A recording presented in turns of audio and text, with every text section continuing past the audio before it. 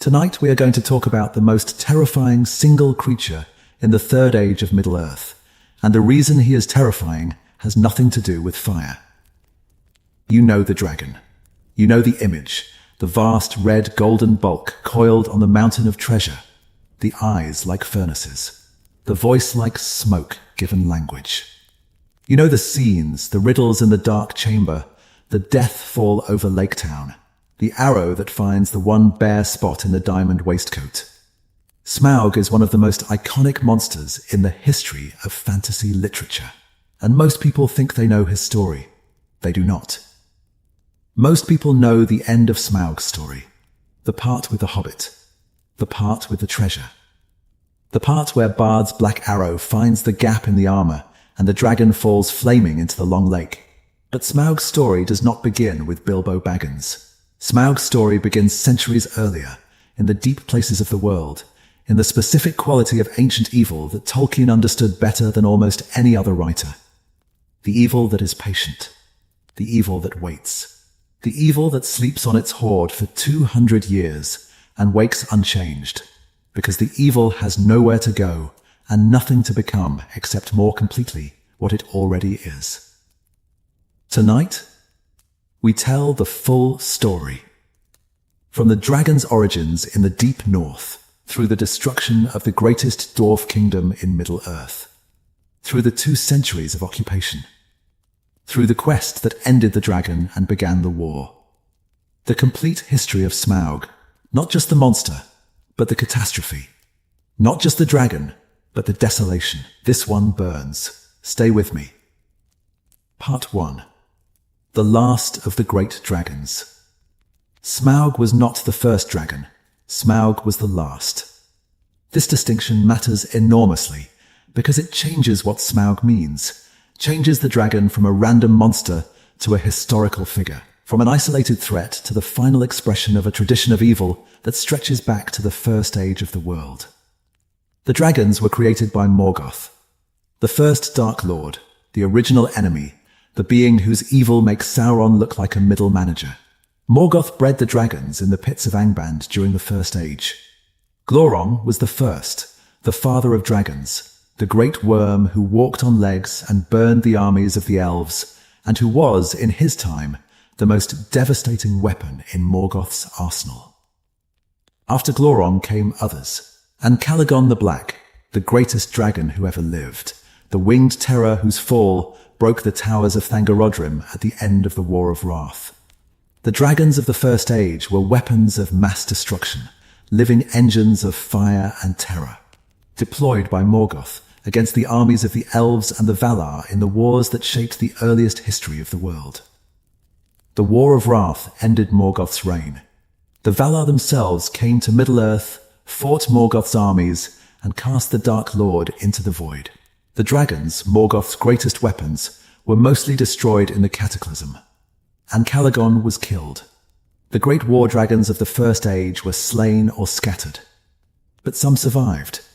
Some dragons escaped the destruction of the First Age and fled into the wastes of the north. The surviving dragons were diminished, smaller than Ancalagon, less powerful than Glorong, reduced from weapons of apocalyptic war to solitary predators haunting the northern mountains. But they were still dragons. Still fire drakes, still possessed of the specific quality of dragonish intelligence, dragonish greed, and dragonish malice that Morgoth had bred into them. Smaug was the last of these, the last great fire drake.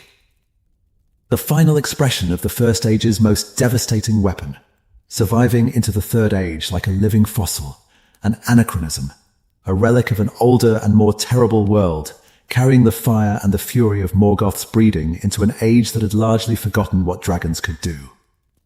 The last matters because it tells you what Smaug is. An ending, not a beginning. Smaug is not the herald of a new age of dragons. Smaug is the conclusion of the Dragon Age, the final chapter of a story that began with Glorong in the First Age, and that ends with an arrow in a lake in the Third. Part 2. What a dragon is. Before we talk about what Smaug did, we need to talk about what a dragon is. Because the what explains the how. And the how is more complex than most people realize. A dragon is not simply a large, fire-breathing lizard. A dragon, in Tolkien's mythology, is a specific kind of being. A being created by Morgoth through the corruption of existing things. The way all of Morgoth's creations are corruptions of existing things. The dragons are not natural creatures.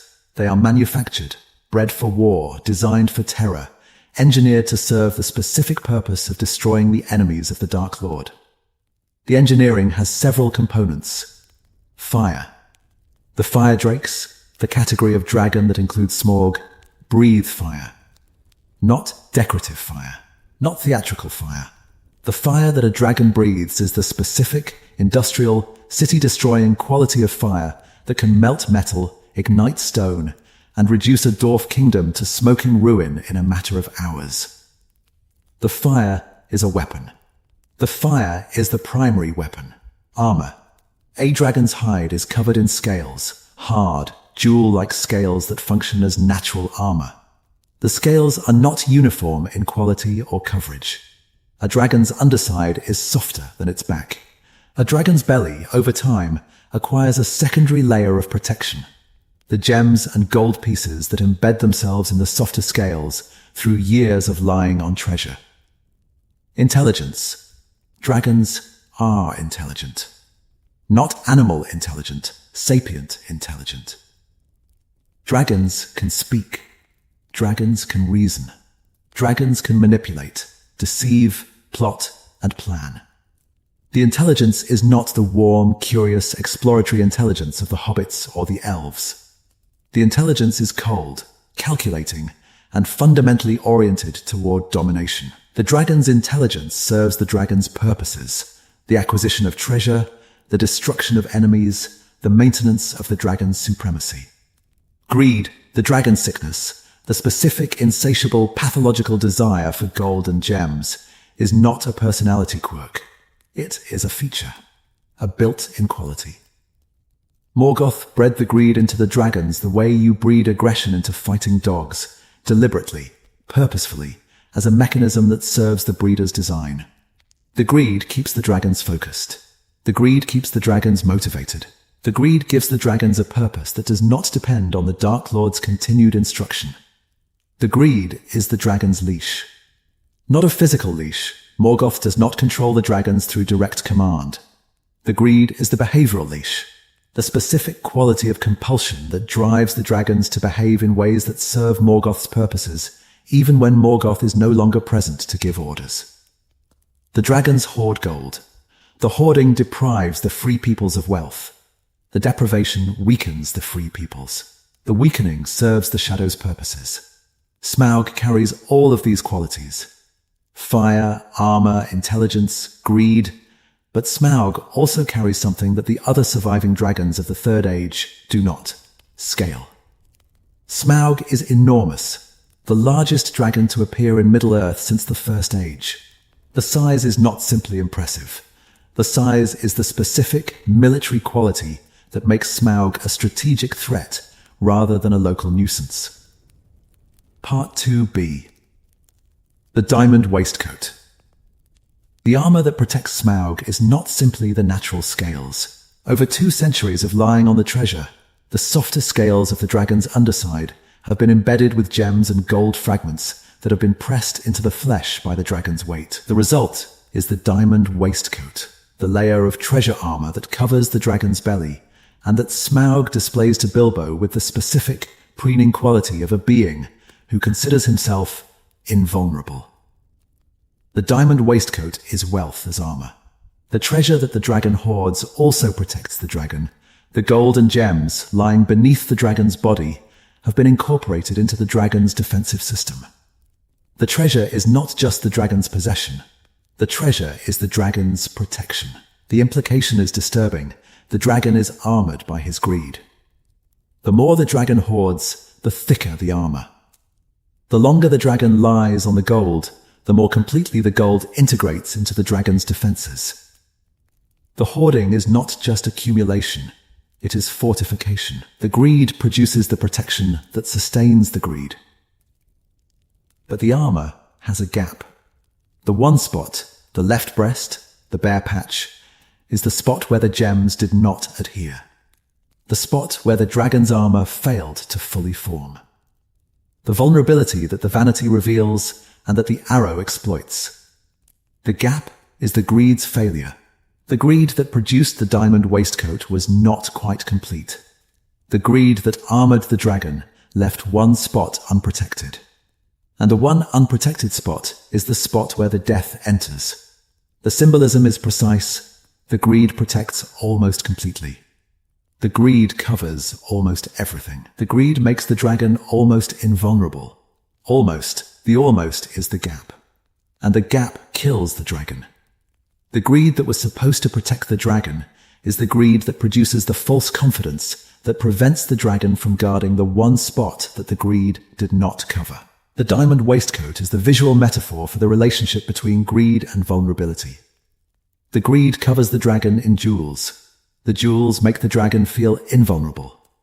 The feeling of invulnerability prevents the dragon from addressing the one real vulnerability. The greed produces the confidence. The confidence produces the blindness. The blindness produces the death. The armor is the greed. The gap is the greed's limit. And the arrow, finding the gap, is the demonstration that greed, however extensive, however comprehensive, however close to total, is never total enough. Part 2c. The fire within. The fire that Smaug breathes is not ordinary fire. Dragon fire is the specific, Morgoth-bred, supernaturally enhanced quality of flame that operates on a different order of magnitude from any fire that the mortal world produces. Dragon fire can melt the rings of power, the lesser ones at least. This detail, established in The Lord of the Rings, when Gandalf explains that dragon fire consumed 4 of the 7 dwarf rings, tells you something about the temperature and the quality of the fire that Smaug produces. The rings of power were forged in the supernaturally enhanced fires of Erebor and Mordor. The rings are not ordinary metal. The rings cannot be destroyed by ordinary fire. But dragon fire can destroy the lesser ones, the 7, and likely the 9. Only the One Ring is beyond even dragon fire's reach. Dragon fire is hotter than the forges of the elves, hotter than any mortal flame. The only fire in Middle-earth that surpasses it is the volcanic furnace of Orodruin, Mount Doom, where the One Ring was forged and where only the One Ring can be unmade.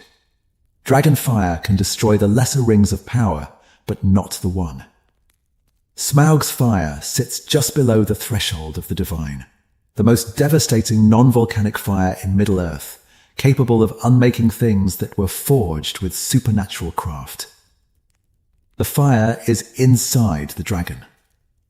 The dragon carries the fire within its body, in the furnace that the dragon's anatomy contains, in the specific, biological, Morgoth-engineered quality of internal combustion that makes the dragon a living weapon. The fire is not exhaled, it is projected. The dragon does not simply breathe fire the way a person breathes air. The dragon generates fire, produces it internally, stores it, and releases it in controlled bursts that can be aimed, sustained, and modulated according to the dragon's intent. The fire is Smaug's identity. The dragon is defined by the fire more than by any other quality. The intelligence, the greed, the armor, all of these are important. But the fire is the thing that makes the dragon. Remove the fire, and the dragon is a large, intelligent, greedy lizard. The fire is the quality that elevates the dragon from a creature to a force, from a being to a catastrophe. The fire goes out when Smaug dies. The fire that has been burning inside the dragon for centuries, the internal furnace, the Morgoth-bred combustion, is extinguished by the arrow and the water. The fire that could melt the lesser rings of power is quenched by the Long Lake. The most powerful non-volcanic fire in Middle-earth goes out in a splash. Part 3. The Grey Mountains and the Dragon Wars. Before Smaug came to Erebor, the dwarves and the dragons had a history. The history is the context that makes Smaug's attack on Erebor something more than an isolated event, makes it the culmination of a long-running conflict between the dwarves' desire for wealth and the dragon's desire for the same. The dwarves of Durin's folk, the specific lineage that includes Thorin Oakenshield and his ancestors, had a long and painful relationship with dragons. In the Third Age, Durin's folk established themselves in the Grey Mountains, the Ered Mithrin, the mountain range north of Mirkwood, and built great halls there, mining the mountains for the metals and gems that the dwarvish economy depended on. The Grey Mountains attracted dragons. The wealth that the dwarves were pulling from the mountains, the gold, the silver, the gems, was exactly the kind of hoard that the dragon's bread and greed was calibrated to detect. The dragons came down from the further north. The dragons attacked the dwarf halls. And the dragon wars of the Grey Mountains began. The dragon wars were devastating. The dwarves fought. The dwarves lost. The specific quality of dragonfire, the industrial, metal-melting, stone-cracking quality of the fire drake's primary weapon, was something that dwarvish engineering could not fully defend against. The dwarves could build walls. The dragon could melt them. The dwarves could forge armor. The dragon could ignite the wearers. King Din I of Durin's folk was killed by a cold drake at the gates of his own hall in the year 2589 of the Third Age. The killing of the king broke the dwarves' will to remain in the Grey Mountains. The decision was made: Durin's folk would leave the Grey Mountains, would abandon the halls their ancestors had built, would retreat from the dragons and find a new home. The retreat from the Grey Mountains is the specific, historically proximate cause of the settlement of Erebor. The dwarves left the Grey Mountains because the dragons made the Grey Mountains uninhabitable. The dwarves went south. Some went to the Iron Hills under Din Once's son, Grar. Others, under Din Once's other son, Thrar, went to the Lonely Mountain, to Erebor. Part 4. The Kingdom Under the Mountain. Erebor, the Lonely Mountain, was not a new discovery. The dwarves of Durin's folk had known about Erebor for centuries. The mountain had been mined before, in earlier eras, and the dwarves knew what lay inside: veins of gold, seams of precious metals, and the specific quality of geological wealth that dwarvish prospecting had identified as one of the richest mineral deposits in the northern world. Thrur took his people to Erebor. The dwarves of Durin's folk, the refugees from the Grey Mountains, the survivors of the Dragon Wars, came to the Lonely Mountain and began to build. What they built was extraordinary. Erebor under Thrur became the greatest dwarf kingdom still active in Middle-earth. The closest thing the Third Age had seen to the legendary glory of Cassard Diem in its prime. The dwarves carved the mountain hollow, carved halls and corridors and vast chambers from the living rock, carved the specific dwarvish quality of underground architecture that combines engineering precision with aesthetic grandeur. The wealth was staggering. The mines of Erebor produced gold in quantities that exceeded anything the dwarves had found in the Grey Mountains. The forges of Erebor produced works of craft that were famous across Middle-earth: weapons, armor, jewelry, objects of beauty and function that the human and elvish markets paid enormous sums for. The dwarvish economy boomed. Trade flowed through the Lonely Mountain. The city of Dale, built on Erebor's doorstep by the men of the region, thrived on the trade that the mountain generated. The Arkenstone was found. The heart of the mountain, the most beautiful gem ever discovered by dwarvish miners. The great white jewel that shone with its own light was found deep in Erebor's mines and brought to Thrur, who claimed it as the heirloom of his house. The Arkenstone became the symbol of the kingdom, the specific, physical, luminous expression of Erebor's wealth and Erebor's glory. Erebor was a beacon. The mountain's wealth drew traders from across Middle-earth. The mountain's strength drew allies. The mountain's reputation drew admiration.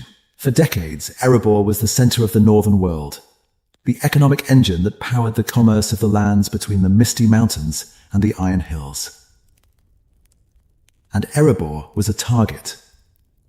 The same qualities that made the kingdom great, the wealth, the fame, the specific quality of concentrated, displayed, loudly announced prosperity, made the kingdom visible, made the kingdom desirable, made the kingdom the specific kind of prize that a dragon's greed is calibrated to detect. The wealth of Erebor sang in the specific subterranean geological frequency that dragons can hear across hundreds of miles. The gold in the mountain called to the fire in the north, and the fire answered. Part 5. What Thur built, and what Thur invited. Thur's achievement was real. Let me not diminish it. The kingdom that Thur built in Erebor was a genuine, extraordinary, historically significant accomplishment. The dwarves who followed Thur from the Grey Mountains were refugees, a displaced people, fleeing dragonfire, looking for a new home. Thur gave them one. Built them one. Created a kingdom that exceeded anything the refugees had lost. But Thur's achievement was also Thur's trap. The very success of the kingdom, the wealth, the fame, the beauty, was the thing that attracted the dragon. The thing that Thur built was the thing that Smaug wanted. The kingdom's glory was the kingdom's death sentence. Thur was not ignorant of the risk. The dwarves of Durin's folk knew about dragons. They had been driven from their previous home by dragons. They understood, at the institutional level, that accumulated wealth in a mountain kingdom attracts the specific kind of predator that accumulated wealth in a mountain kingdom attracts. But Thur built anyway, mined anyway, displayed the wealth anyway. And the building and mining and displaying, the specific quality of dwarvish civilization that says, we will not hide what we have made. We will not diminish our craft. We will not live in fear of the things that might come for us. This quality is both the dwarves' greatest virtue and their most dangerous vulnerability. The dwarves build.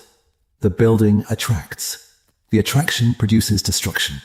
The destruction produces exile. The exile produces the desire to build again. The cycle repeats. Grey Mountains to Erebor, to exile to the quest for Erebor. And the repetition is the dwarvish condition. The people who cannot stop building, even when the building creates the conditions for the building's destruction. Thur, specifically, was showing signs of the dragon sickness before the dragon arrived. This is a detail that changes the moral complexity of the Erebor story. Thur was becoming obsessed with the treasure. The Arkenstone consumed him. The gold consumed him. The specific quality of possessive, hoarding, mine obsession that the dragon sickness produces was appearing in Thur, appearing in the Dwarf King before the dragon came, before the treasure was lost, before the exile began. The dragon sickness and the dragon, they share a quality. The greed that Morgoth bred into the dragons is the same greed that the proximity to dragon gold produces in mortals.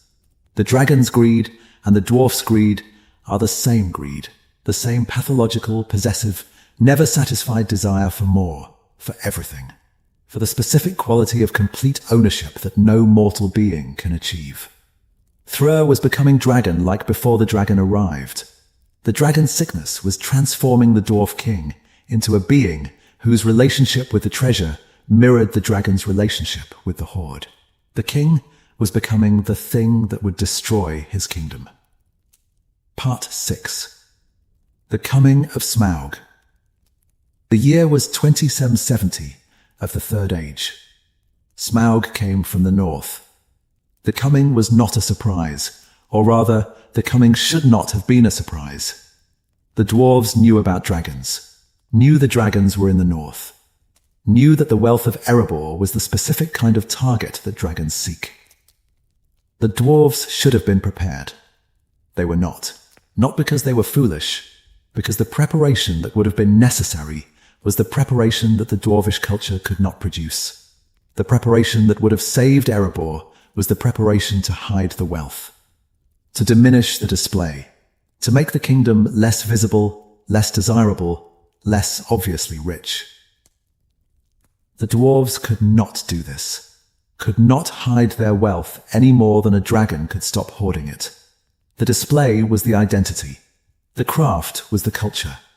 The visible, loudly announced, proudly exhibited quality of dwarvish wealth was not a choice. It was the dwarvish character expressed as architecture and economics. Hide the wealth, and you hide the dwarves. Diminish the display, and you diminish the people. Smaug came from the north, came down from the withered heath, the specific desolate region in the far north where the surviving dragons had been breeding since the end of the First Age. Came south, following the call of the gold. Came to Erebor. The approach was visible. A dragon the size of Smaug does not travel in secret. The creature's wing beats would have been audible for miles. The shadow would have darkened the ground beneath it.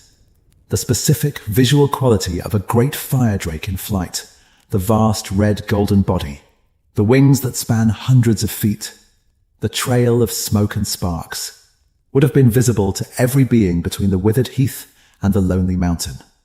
The dwarves saw Smaug coming, had time, not much, but some, to realize what was approaching, had time to understand that the thing they had feared, the thing their grandparents had fled, the thing that had driven them from the Grey Mountains a century and a half earlier, that thing was here, was coming, was approaching Erebor with the specific, purposeful, prey-focused quality of a predator that has found what it has been looking for.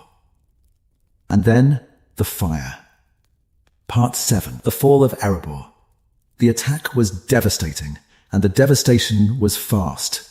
Not the slow, siege-based, weeks of grinding pressure quality of warfare that mortal armies produce. The fast, overwhelming resistance is pointless quality of destruction that a single, overwhelmingly powerful being can inflict when no defense against it exists. Smaug's fire hit the mountain, hit the front gate, the great entrance to Erebor, the architecturally magnificent doorway that was both the kingdom's pride and its vulnerability. The fire was not ordinary fire. Dragon fire, the specific Morgoth bred, supernaturally intense quality of flame that a great fire drake produces, was hotter than any forge, more destructive than any siege weapon, more overwhelming than any military instrument that the dwarves had ever faced. The front gate melted. The stone around it cracked. The mountain's entrance, the specific, engineered, supposedly impregnable point of access that the dwarves had designed to withstand any assault, was breached in minutes by a force that the engineers had not designed for. Smaug entered the mountain, entered through the ruined gate, filled the corridors with fire. The dwarves who were in the upper halls, the warriors, the guards, the specific military personnel who were supposed to defend the kingdom, those dwarves died. Died in the fire. Died in the corridors. Died in the specific, horrible, no escape quality of death that comes from being in a confined space when a dragon breathes fire into it. The lower halls fell next. Smaug drove deeper into the mountain, following the gold the way a hound follows a scent. The dragon did not need to search. The dragon could feel the treasure, could sense the gold's specific quality of weight and density, could navigate the mountain's corridors by the pull of the hoard. The treasury. The vast chamber where Erebor's accumulated wealth was stored. The gold, the gems, the mithril, the arkenstone, the works of craft that generations of dwarvish miners and smiths had produced. The treasury was the destination. The treasury was the target. Everything else, the gates, the halls, the corridors, the dwarves themselves, was obstacles between the dragon and the gold. Smaug reached the treasury, and the dragon settled onto the hoard. The vast body, the hundreds of feet of scaled, armored, supernaturally durable flesh coiled onto the gold. The wings folded, the eyes closed. The fire banked to embers. The dragon was home. Part 7b. The night Erebor fell. Let me slow the narrative down and place you in the mountain on the night the dragon came, because the speed of the destruction conceals the specific human quality of the experience. Inside Erebor, in the hour before Smaug arrived, there was a civilization functioning. Dwarves were working in the forges. Dwarves were eating their evening meal. Dwarf children were sleeping in their chambers deep in the mountain. The first sign was the sound. Not the dragon itself, the sound of the dale bells. The warning bells ringing frantically. The specific acoustic quality of alarm that penetrates stone walls and says, something is coming now. The dwarves would have mobilized, would have done what dwarves do when the alarm sounds, armed themselves, gathered their families, moved toward the defensive positions. The dwarves were not helpless, were not caught completely unaware. The dwarves had time to realize what was happening. The time made it worse. Long enough to understand, but too short to act. Long enough to see the fire approaching through the front gate. Too short to organize an evacuation. Long enough to pick up a child, but too short to reach the back door. The dwarves knew what was coming. Knew they could not stop it. Knew that the minutes remaining were insufficient for the things the minutes needed to contain. The fire came through the corridors the way water comes through a broken dam. The front gate failed, and the fire filled the entrance halls with the specific, hydraulic quality of a fluid filling a container. Thorin was a young dwarf on the night Erebor fell. 24 years old, barely an adult by dwarvish reckoning, old enough to understand the catastrophe but too young to have known any other home. The experience imprinted permanently, became the formative event of Thorin's life.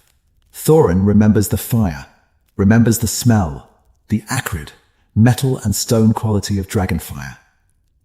Remembers the sound, the roar, the collapse of stonework, the screams.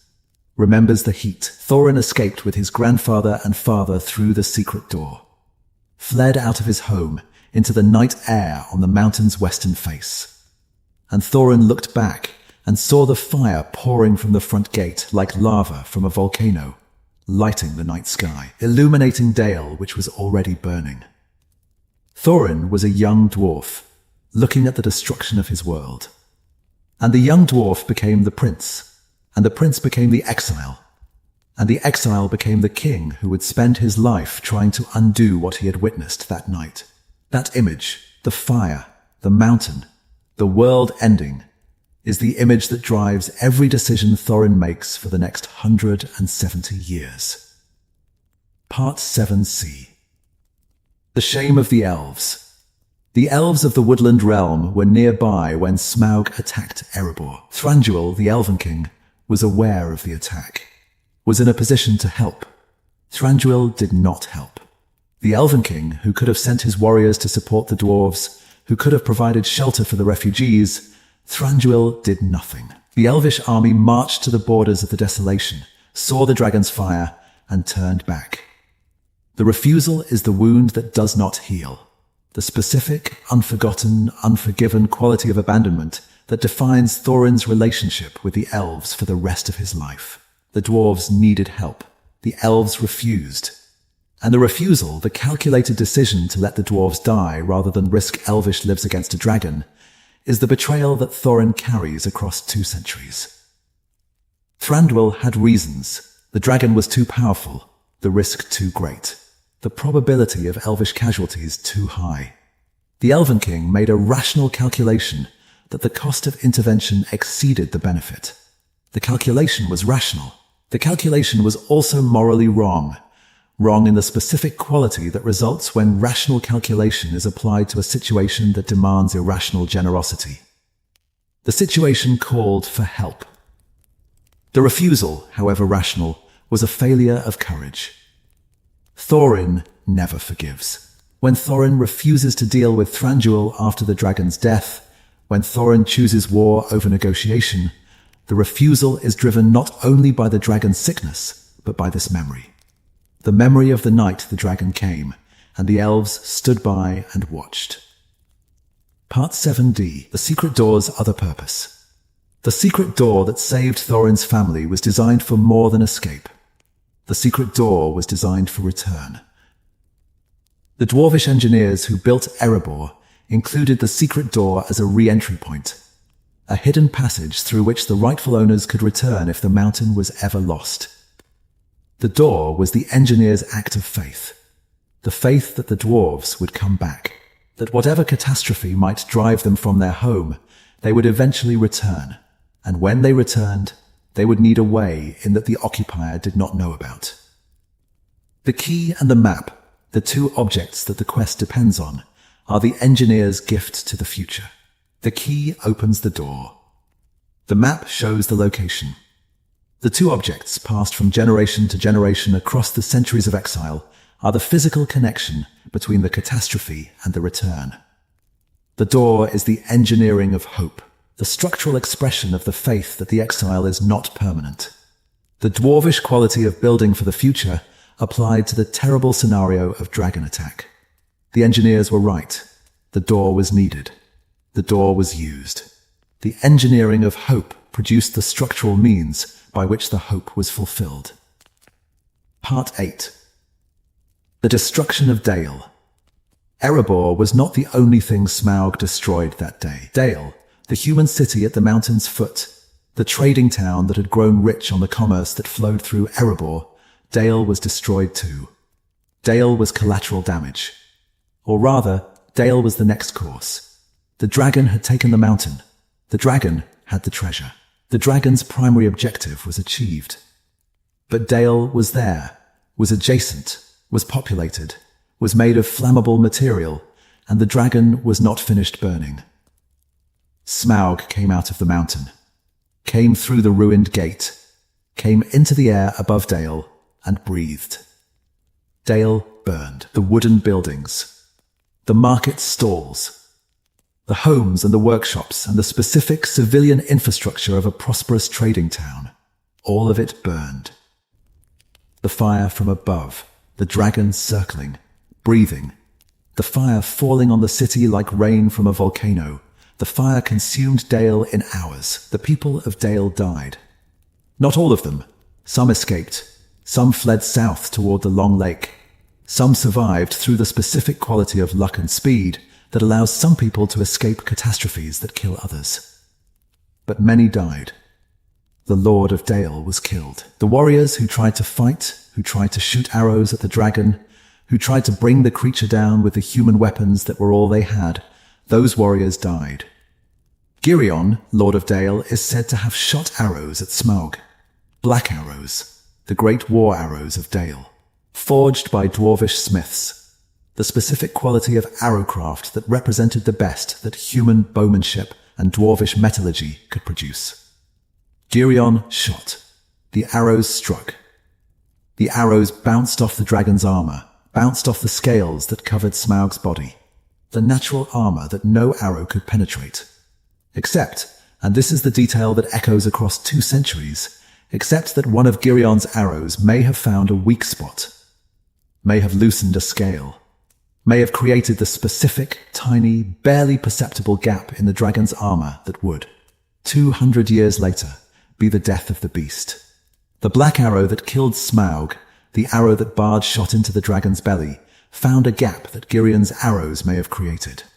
The death of Smaug, 2 centuries after the fall of Dale, may have been made possible by the fight that Girion fought and lost on the day that Dale was destroyed.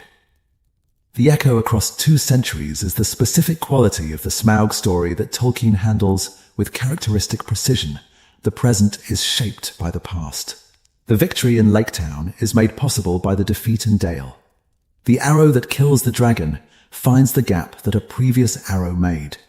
The ending is connected to the beginning by the specific, material, physically present thread of an arrow wound in a dragon's belly.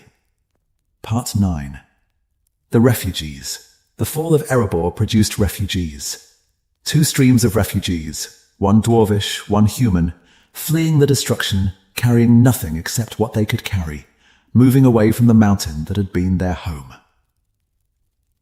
The dwarves of Erebor fled in disarray.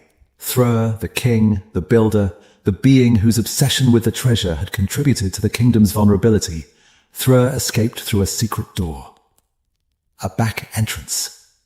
The hidden passage that the dwarves had built into the mountain's design. The emergency exit that the engineers had included as a contingency against exactly the kind of catastrophe that had just occurred.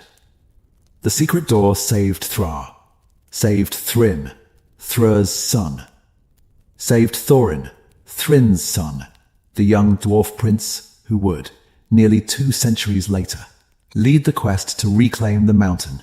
The secret door saved the royal line. But the secret door did not save the people. The bulk of Erebor's population, the miners, the smiths, the merchants, the families, the specific, ordinary, non-royal population of a thriving dwarf kingdom. Those dwarves escaped through other routes, or did not escape at all. The refugees who survived were a fraction of the population that had lived in Erebor. The rest were dead. Burned, crushed, killed in the specific, indiscriminate, total quality of destruction that a dragon inflicts. The human refugees from Dale fled south. Fled to the Long Lake. Fled to the settlement that would eventually become Laketown, Esgaroth. The town built on the water. The specific quality of human habitation that puts a lake between itself and the mountain where the dragon lives. Laketown was built on water because water does not burn. The lesson of Dale's destruction, the lesson that a dragon's fire can consume any structure built on land, was learned by the refugees who settled on the lake. The pilings, the platforms, the specific quality of aquatic architecture that makes Laketown distinctive, all of this is the architectural expression of a people who have been burned once and who have arranged their lives to avoid being burned again. The refugees carry the memory. The dwarves carry the memory of Erebor, the halls, the treasure, the specific quality of dwarvish civilization that the dragon destroyed. The men carry the memory of Dale, the town, the trade, the specific quality of human prosperity that the dragon ended. Both communities define themselves by what they lost. Both communities organize their identities around the catastrophe, around the day the dragon came and the world they knew was destroyed. Thorin grows up in exile. The young prince, who was a child when the dragon came, who was carried from the mountain by his grandfather, who lost his home before he was old enough to properly understand what home meant. Thorin grows up as a refugee, as a displaced person, as a prince without a kingdom, carrying the memory of a place he barely knew and the desire to return to a place he barely remembers. Part 10. The Long Exile. The exile of Durin's folk lasted nearly 200 years. 2 centuries. The specific, generational, culture-shaping span of time that transforms a catastrophe into an identity and a memory into a mythology. During the exile, the dwarves wandered. Thrur went to Moria. Went back to the ancestral home of Durin's folk, the great underground city that had been abandoned when the Balrog was awakened. Thrur entered Moria alone and was killed by the orc chieftain Azog. Killed and desecrated, his head carved with Azog's name, his body thrown to the crows, the specific quality of deliberate humiliation that is designed to provoke rather than to conclude. The provocation worked. Thrinn, Thrur's son, Thorin's father, led the war of the dwarves and orcs. The war raged across the misty mountains for years. The war culminated in the Battle of Azanulbasar, at the gates of Moria, the terrible, devastating Pyrrhic victory that destroyed the orcs but cost the dwarves so many lives that the victory felt like defeat. Thorin earned his name at Azanulbasar. Oakenshield, the name that Thorin carries through The Hobbit, was earned in the battle, when the young prince used an oaken branch as a shield after his own shield was broken. The name is the battle's memory carried in the prince's identity, the specific, dwarvish quality of earning your name through combat rather than through birth. After the war, the dwarves scattered further. Thrinn disappeared, wandered into the wild, driven by the ring of power he carried, one of the 7 dwarf rings, captured by Sauron's agents, imprisoned in Dol Guldur, stripped of his ring, left to die in the dark. Thrinn's disappearance left Thorin as the leader of Durin's folk, the king in exile, the prince without a kingdom, the refugee who carried the memory of Erebor and the desire to reclaim it. Thorin settled in the Blue Mountains, in the Ered Luin, the Western Mountains, far from Erebor. Thorin and his people, the remnant of Durin's folk, the survivors of the dragon and the war and the exile, built a settlement in the Blue Mountains and tried to make a life. The life was adequate, not glorious, Not the life that Erebor had provided, not the great halls, not the vast treasury, not the specific quality of dwarvish civilization at its peak. The Blue Mountain settlement was a functional community. A place to live, a place to work, a place where Thorin could maintain the lineage and the tradition while the years passed, and the memory of Erebor dimmed in everyone's mind except his own. Thorin never forgot, never stopped thinking about the mountain, never stopped wanting to go back. The desire to reclaim Erebor, the desire that would eventually produce the quest, that would recruit the 13 dwarves and the wizard and the hobbit. That desire burned in Thorin across the decades of exile, the way Smaug's fire burned in the mountain across the same decades. Two fires, Thorin's desire and Smaug's occupation. Both burning, both sustained by the same treasure, both defining their bearer's identity. The exile and the dragon, separated by hundreds of miles, connected by the gold that one lost and the other possesses. Part 10b, Thorin's obsession. Thorin's desire to reclaim Erebor is not simply homesickness. The desire is more complex than that, is more dangerous, more obsessive, more structurally similar to the dragon sickness than Thorin would have been comfortable admitting. Thorin does not simply want to go home. Thorin wants to reclaim what was taken. The distinction matters because the two desires produce different behaviors. The desire to go home produces the journey. The desire to reclaim produces the war. The desire to go home is satisfied by arrival. The desire to reclaim is satisfied only by possession, by the specific, complete, legally and physically established quality of ownership that says, "This is mine again." The desire to reclaim is the mirror of the dragon's desire to possess. The dragon took the treasure from the dwarves. Thorin wants to take the treasure back. The dragon's taking was motivated by greed. Thorin's taking back is motivated by justice, or by what Thorin calls justice, which is the desire to reclaim expressed in the language of rights and inheritance. But the justice and the greed produce the same behavior. The dragon sits on the gold and refuses to share. Thorin, when he reaches the gold, sits on it and refuses to share. The behavior is identical. The motivation is different. The dragon is greedy, Thorin is righteous, but the behavior, seen from the outside, is the same.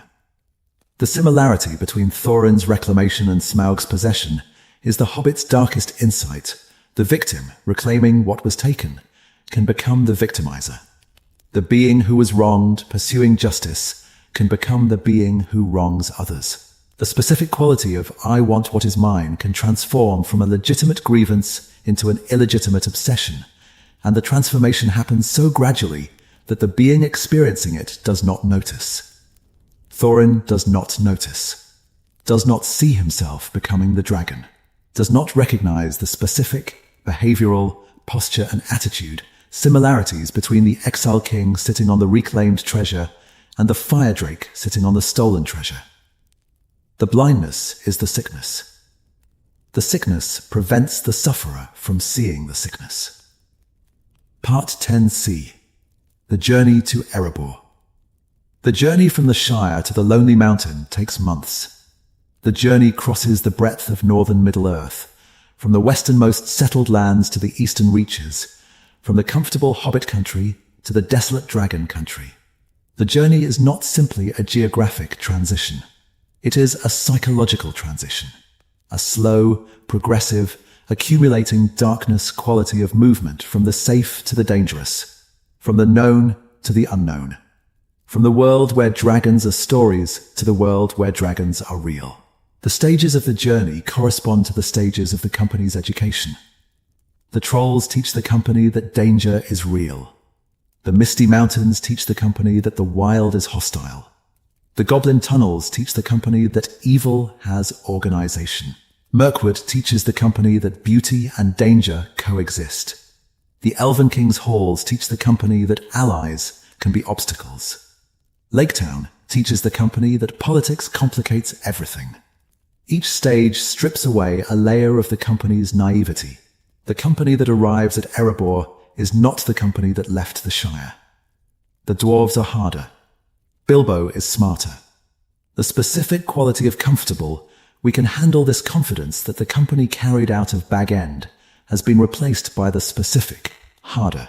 We have survived this quality of tested endurance. The journey to Erebor is the journey toward the dragon, and the dragon is present in the journey even before the dragon is visible. The dragon is the destination. The dragon is the purpose. The dragon is the specific, unnamed, present in every decision quality of fear that shapes the company's behavior from the Shire to the mountain. The company does not discuss the dragon. Not much. Not in the specific, detailed, let us plan how to fight the dragon quality of strategic discussion that the situation demands. The dragon is the conversation they do not have. The dragon is the thing they know they must face and that they avoid thinking about until the mountain is in sight and the avoidance is no longer possible. The avoidance is human. The avoidance is the specific, psychological, self-protective quality of not thinking about the terrible thing that allows people to function in the face of known danger. The company avoids thinking about the dragon because thinking about the dragon would paralyze them. The company avoids planning for the dragon because planning for the dragon would require confronting the reality that the dragon cannot be fought, cannot be defeated by 13 dwarves and a hobbit, cannot be overcome by any combination of dwarvish weapons and hobbit cleverness that the company possesses. The company's plan for the dragon is send the burglar. This is not a plan. This is an admission that no plan exists, that the company's strategy for dealing with the most dangerous creature in the Third Age consists entirely of sending the least qualified member of the company into the creature's lair and hoping for the best. The hope works. The hope is fulfilled, not through strength, not through strategy, but through the specific quality of providence that Tolkien's mythology consistently identifies as the force that guides the free peoples through the dangers that their own capabilities cannot overcome. Part 10d. What the Dwarves Sang. The dwarves' song in Bag End, far over the misty mountains cold, to dungeons deep and caverns old, is the emotional foundation of the entire quest, and the song's content tells you everything about the dwarves' relationship with the dragon and the treasure. The song is about loss, about the fire that took the mountain, about the gold that the dragon possesses, about the desire to reclaim what was stolen. The song is the exile's anthem, the specific, musical, emotionally concentrated expression of the desire to go home. The song affects Bilbo, the hobbit, who has no stake in the treasure, who has no ancestral claim on the mountain, who has no personal relationship with the dragon. The hobbit hears the song and is moved. Not by the treasure, by the grief. The specific, emotional, musically expressed quality of the dwarves' loss touches something in the hobbit that the hobbit did not know was there. The capacity for empathy with a grief that is not his own. The song recruits Bilbo. Not the contract, not the payment, the song. The emotional content of the dwarves' loss, transmitted through the music, reaches the hobbit's heart and creates the specific quality of I want to help that motivates the hobbit's agreement to join the quest. The song is the quest's origin, not the meeting with Gandalf, not the contract, the song. The dwarves' grief, expressed in music, heard by a hobbit, creating the emotional connection that makes the quest possible. The dragon's destruction of Erebor, remembered in song, produces the empathy that recruits the burglar who will discover the dragon's weakness. The chain, the dragon destroys Erebor. The destruction produces grief. The grief produces the song produces the empathy. The empathy produces the burglar. The burglar produces the information. The information produces the killing. The killing begins with the song. Part 11. Smaug in the mountain. While Thorin wandered in exile, Smaug lay in Erebor. And the 2 centuries of lying on the hoard, motionless, sleepless, the vast body coiled on the gold in the dark, is one of the most psychologically complex portraits of evil in the mythology. Smaug does not use the treasure. This is the specific, essential, defining quality of the dragon's hoarding. The treasure is not used. The gold is not spent. The gems are not displayed. The works of craft are not appreciated. The treasure, the accumulated wealth of the greatest dwarf kingdom in Middle-earth, the product of centuries of mining and smithcraft and artistic achievement, the treasure is sat upon. The dragon treats the treasure the way a dragon treats everything, as a possession, not a resource, not a tool, not a thing to be used for any purpose beyond the possessing itself. The gold has no value to Smaug except the value of being Smaug's. The gems have no beauty for Smaug except the beauty of belonging to Smaug. The treasure's function is to be hoarded. Period. The hoarding is the greed made structural. The dragon does not hoard because the dragon wants something that the treasure can buy. The dragon hoards because the hoarding is the dragon's purpose. The specific, Morgoth-bred, genetically embedded purpose that drives the dragon's behavior in the absence of any other motivation. Smaug, lying in the dark, on the gold, is the purest expression of possession without purpose. The dragon has everything and does nothing with it. The dragon's existence in Erebor is the existence of a being whose only activity is the maintenance of ownership, whose only occupation is the defense of a hoard that the dragon does not use. But Smaug is not passive. Smaug is alert. The dragon sleeps lightly, or does not truly sleep at all. The dragon's awareness of the hoard is constant. The dragon knows every piece of the treasure, every gold coin, every gem, every cup and plate and ring and sword and piece of jewelry that the dwarves accumulated across centuries of work. Tolkien is specific about this. Smaug knows the hoard, knows it intimately, knows it the way a miser knows his money, piece by piece, coin by coin. With the specific quality of granular awareness that comes from obsessive attention to the thing possessed. When Bilbo steals the cup, the single small golden cup that the Hobbit takes from the hoard as proof of his burglary, Smaug knows. Immediately, the dragon knows that one cup is missing from the hoard of millions. The awareness is not approximate. The awareness is exact. The dragon can detect the absence of a single item from a treasure that would take a mortal being years to inventory. The awareness is the greed made perceptual. The dragon's senses are calibrated to the hoard. The dragon's attention is focused on the treasure with the specific, pathological, total quality of focus that the dragon sickness produces. The dragon does not merely possess the treasure. The dragon perceives the treasure, perceives it constantly, perceives it totally, perceives every change in the hoard's composition with the specific, hair-trigger sensitivity of a being whose entire existence is organized around the maintenance of the possession. Part 12. The Desolation. The territory around Erebor, the specific geographic region that the dragon's presence affects, is called the Desolation of Smaug. The name tells you what the dragon has done to the landscape.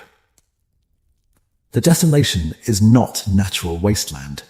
The desolation is the specific dragon-produced quality of devastation that results from a dragon's sustained presence in a region. The trees are dead. The grass is burned. The soil is scorched. The specific quality of the landscape around Erebor, the barren, blasted.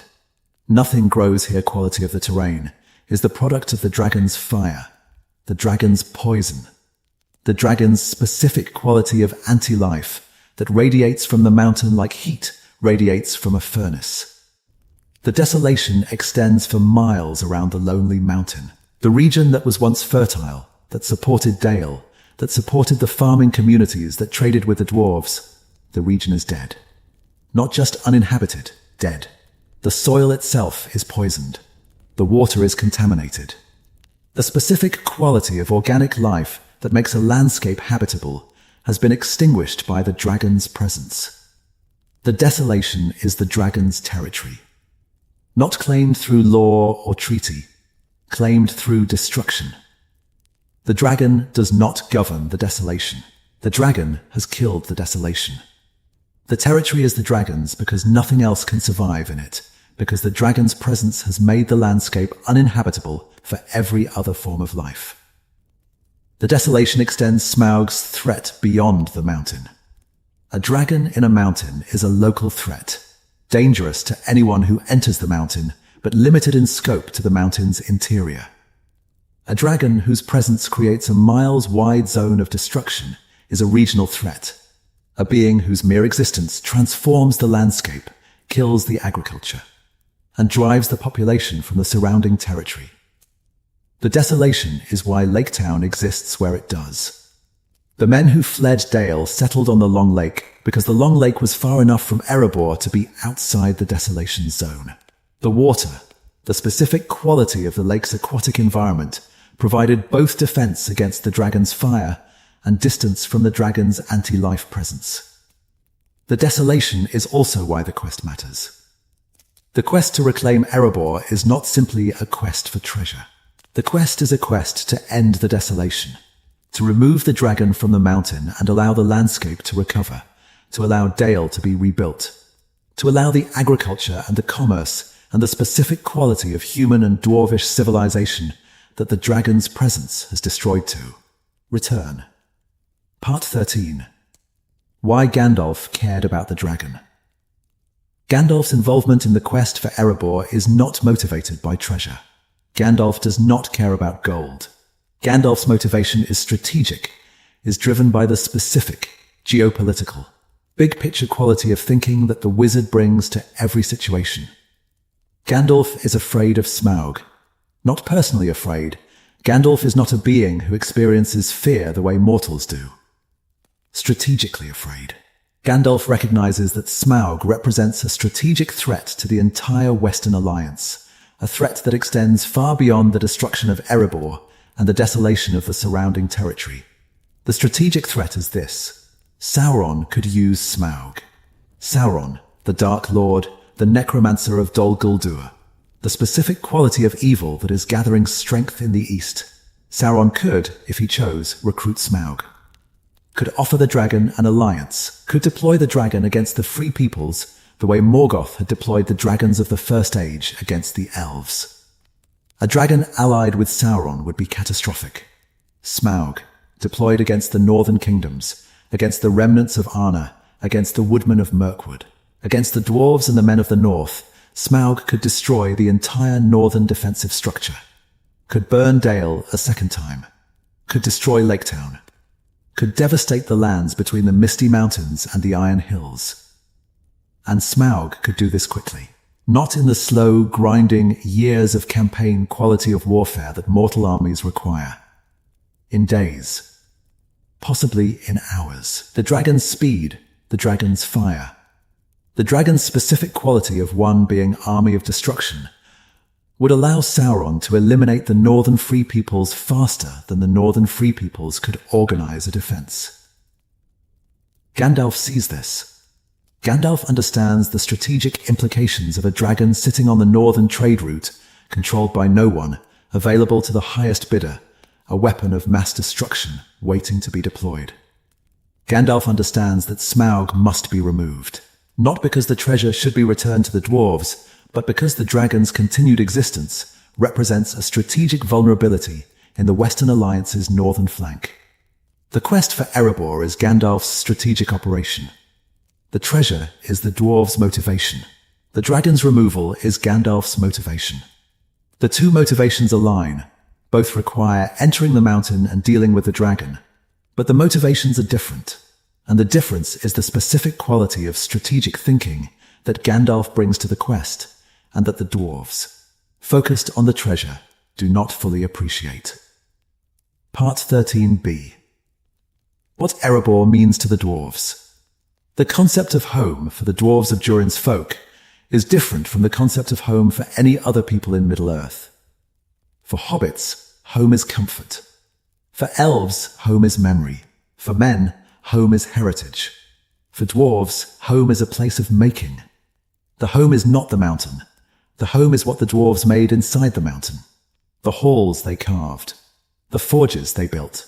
the specific dwarvish quality of craft expressed as architecture that transforms dead stone into living space. Erebor is a mountain that the dwarves made. Every surface of Erebor's interior was shaped by dwarvish craft, the product of skilled, aesthetically driven labor that makes the dwarves who they are. Smaug's occupation is not simply the loss of a home. It is the loss of a making.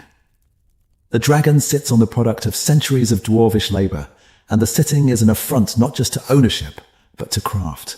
The dragon possesses the product of dwarvish making without understanding dwarvish making, has the gold without knowing how the gold was extracted, has the halls without knowing how the halls were carved, has the treasure without understanding the labor that created it. The dragon is the parasite on dwarvish craft, the being who consumes the product without participating in the production. This is why Thorin's desire to reclaim Erebor is not simply greed. The desire is also the craftsman's desire to recover the product of his people's labor. Not just the gold, but the making, the specific quality of dwarvish craft expressed as mountain that the dragon desecrates by treating as a bed rather than as a work of art. Part 13 sees Smaug among Tolkien's villains. Smaug occupies a unique position among Tolkien's villains. Morgoth is the cosmic villain, the fallen angel whose rebellion creates all subsequent evil. Sauron is the strategic villain, the Dark Lord, whose evil operates through organization and manipulation. Saruman is the intellectual villain, the fallen wizard whose evil operates through persuasion and industrial production. Smaug is the appetite villain. The dragon's evil is not cosmic, not strategic, not intellectual. The dragon's evil is the evil of appetite, of wanting, of consuming, of the insatiable desire that takes everything and gives nothing back. The appetite evil is the most recognizable evil. Morgoth's cosmic rebellion is abstract. Sauron's manipulation is complex. Saruman's corruption is sophisticated. Smaug's appetite is simple. The dragon wants the gold. The dragon takes the gold. The dragon sits on the gold. The simplicity makes the evil instantly recognizable. Everyone knows someone like Smaug. Not literally a dragon, but a being whose relationship with resources is purely possessive. A being who takes without giving. A being who sits on what they have and refuses to share. A being whose appetite is the organizing principle of their existence. Smaug is the everyday villain elevated to mythological scale. The hoarder, the miser, the being who takes and does not give, scaled up from the personal to the catastrophic. The dragon is the human failing made monstrous, the specific, recognizable quality of greed given scales and wings and fire. The recognition is why Smaug resonates. Not because dragons are frightening, but because the quality the dragon embodies is a quality every reader recognizes. Every reader has encountered Smaug. Every reader has met the being whose appetite is the being's identity. The dragon is the myth. The appetite is the reality. And the reality, mythologized, becomes the most famous dragon in literature. Part 14. The Burglar. Gandalf's choice of Bilbo Baggins as the quest's 14th member, the Burglar, the specific role that the quest requires but that no dwarf can fill, is one of the most consequential decisions in the history of Middle-earth. The choice makes no sense to the dwarves. Bilbo is a hobbit. Bilbo is small, soft, comfort-loving, and thoroughly inexperienced in the specific quality of dangerous adventure that the quest demands. Bilbo has never fought a battle, never travelled further than Bree, never encountered anything more threatening than a mild social embarrassment. The choice makes perfect sense to Gandalf. Gandalf understands something about hobbits that the dwarves do not. Hobbits are invisible. Not literally invisible, though Bilbo will soon acquire literal invisibility through the ring. Socially invisible. Culturally invisible. Below the notice of the powerful, the dangerous, the specific quality of beings whose attention is focused on threats and who do not perceive non-threats. Smaug does not know what a hobbit is. This is crucial. The dragon, whose intelligence is vast, whose awareness of the world is broad, whose knowledge of the peoples of Middle-earth is extensive, the dragon has never encountered a hobbit. The dragon does not know the smell of a hobbit, does not know the footfall of a hobbit, does not know the specific quality of hobbitness that would allow the dragon to identify the intruder. Gandalf is sending the undetectable against the omniscient, sending the being that the dragon cannot categorize against the being that categorizes everything. The hobbit is the vulnerability in the dragon's awareness, the gap in the dragon's knowledge, the one kind of being that the dragon's vast, paranoid, hyper-alert consciousness has not been calibrated to detect. The choice is brilliant. The choice is also cruel. Gandalf is sending an unprepared hobbit into the lair of the most dangerous creature in Middle-earth, on the calculation that the hobbit's very unfitness for the task is the quality that makes the hobbit fit for the task. The cruelty is not callous. Gandalf cares about Bilbo, but Gandalf cares about the strategic situation more, cares about the dragon on the northern flank problem more than about the comfort and safety of any individual, including the individual that Gandalf is sending to solve the problem. Part 15. The Secret Door. The quest for Erebor hinges on a door. Not the front gate. The front gate is Smaug's entrance. The ruined dragon widened, suicide to approach entrance that no sane being would use. The Secret Door. The back entrance. The hidden passage that Thrur's architects built into the mountain's western face, concealed behind a stone panel that can only be opened by the last light of Durin's Day. The secret door is the architectural memory of the catastrophe.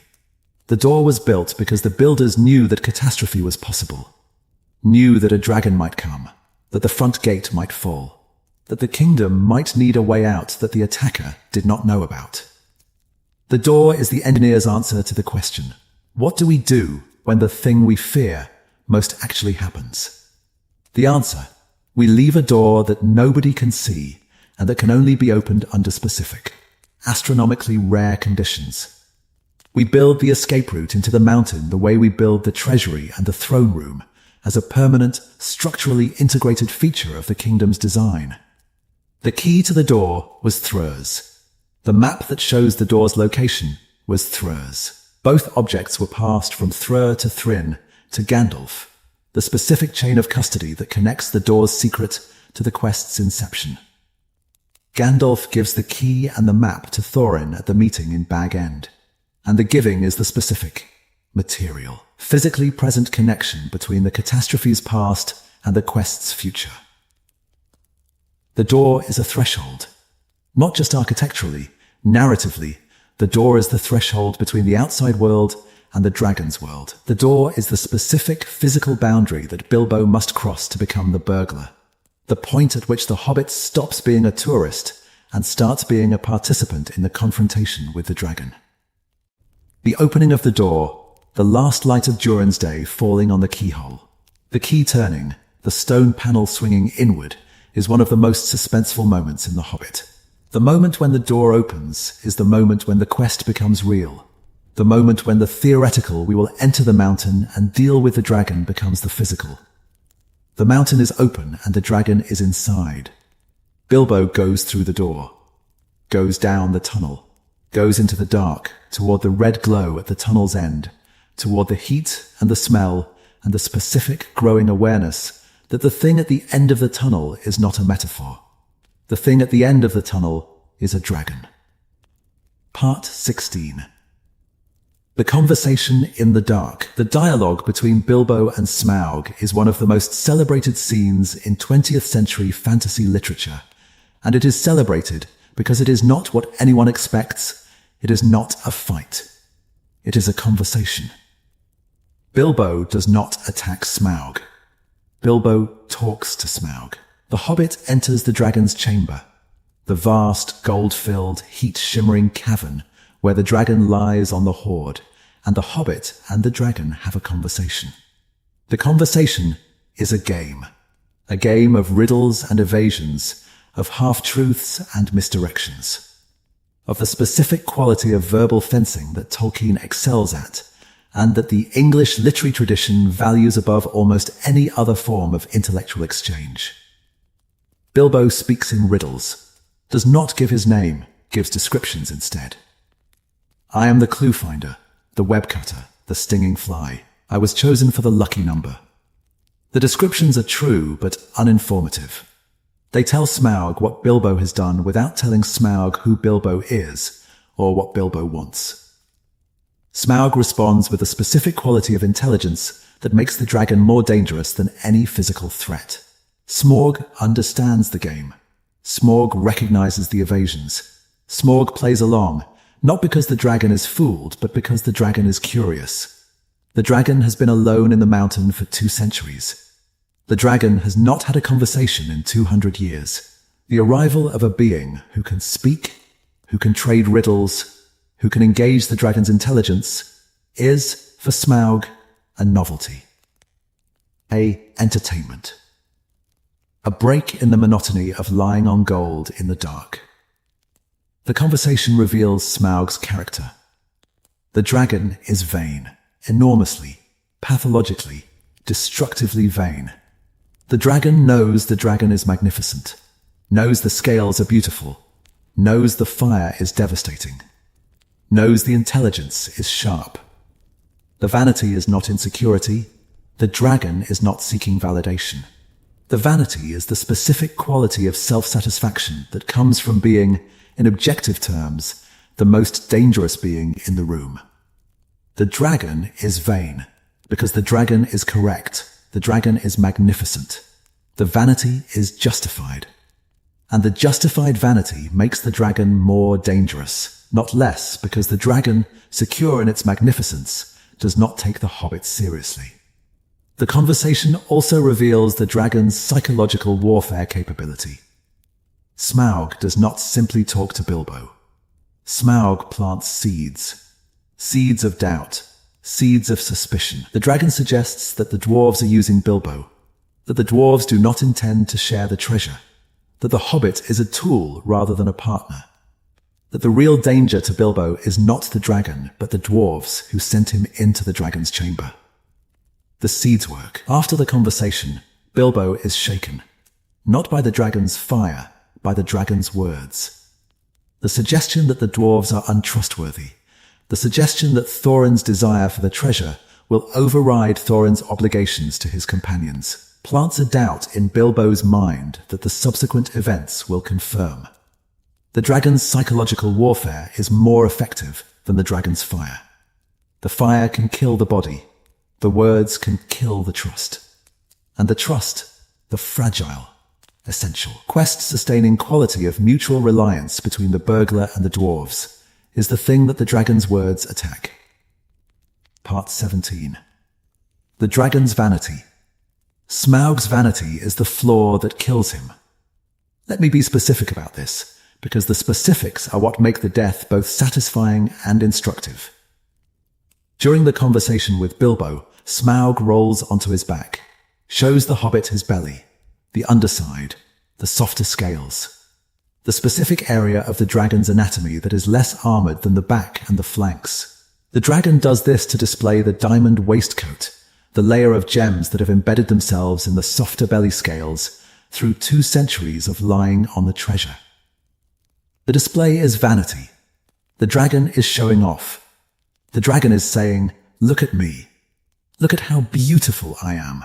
Even my belly, my most vulnerable area, is armored in jewels. Even my weakness is magnificent." And the display reveals the weakness.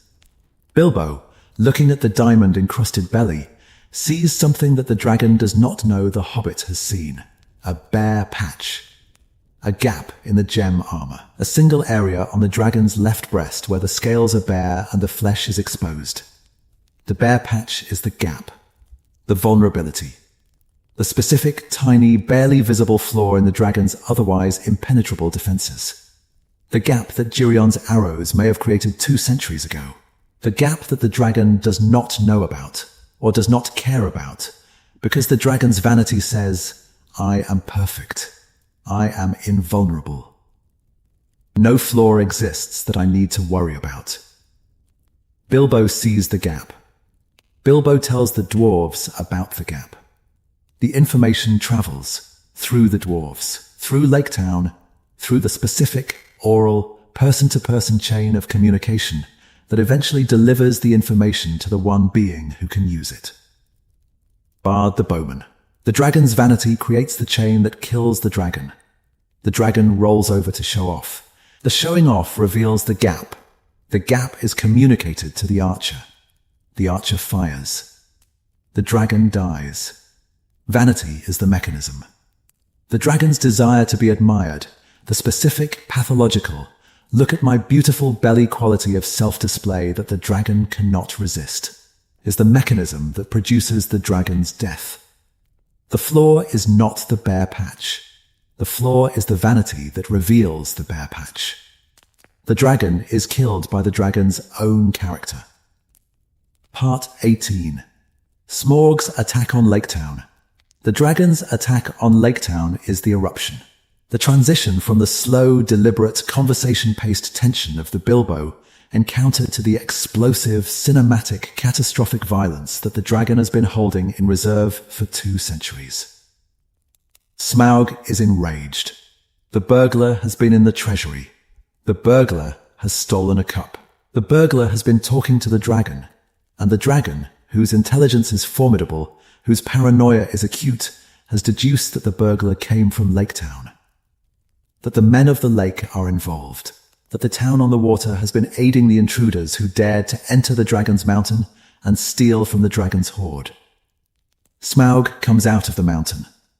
Not stealthily, explosively, the dragon erupts from Erebor like a volcano erupting.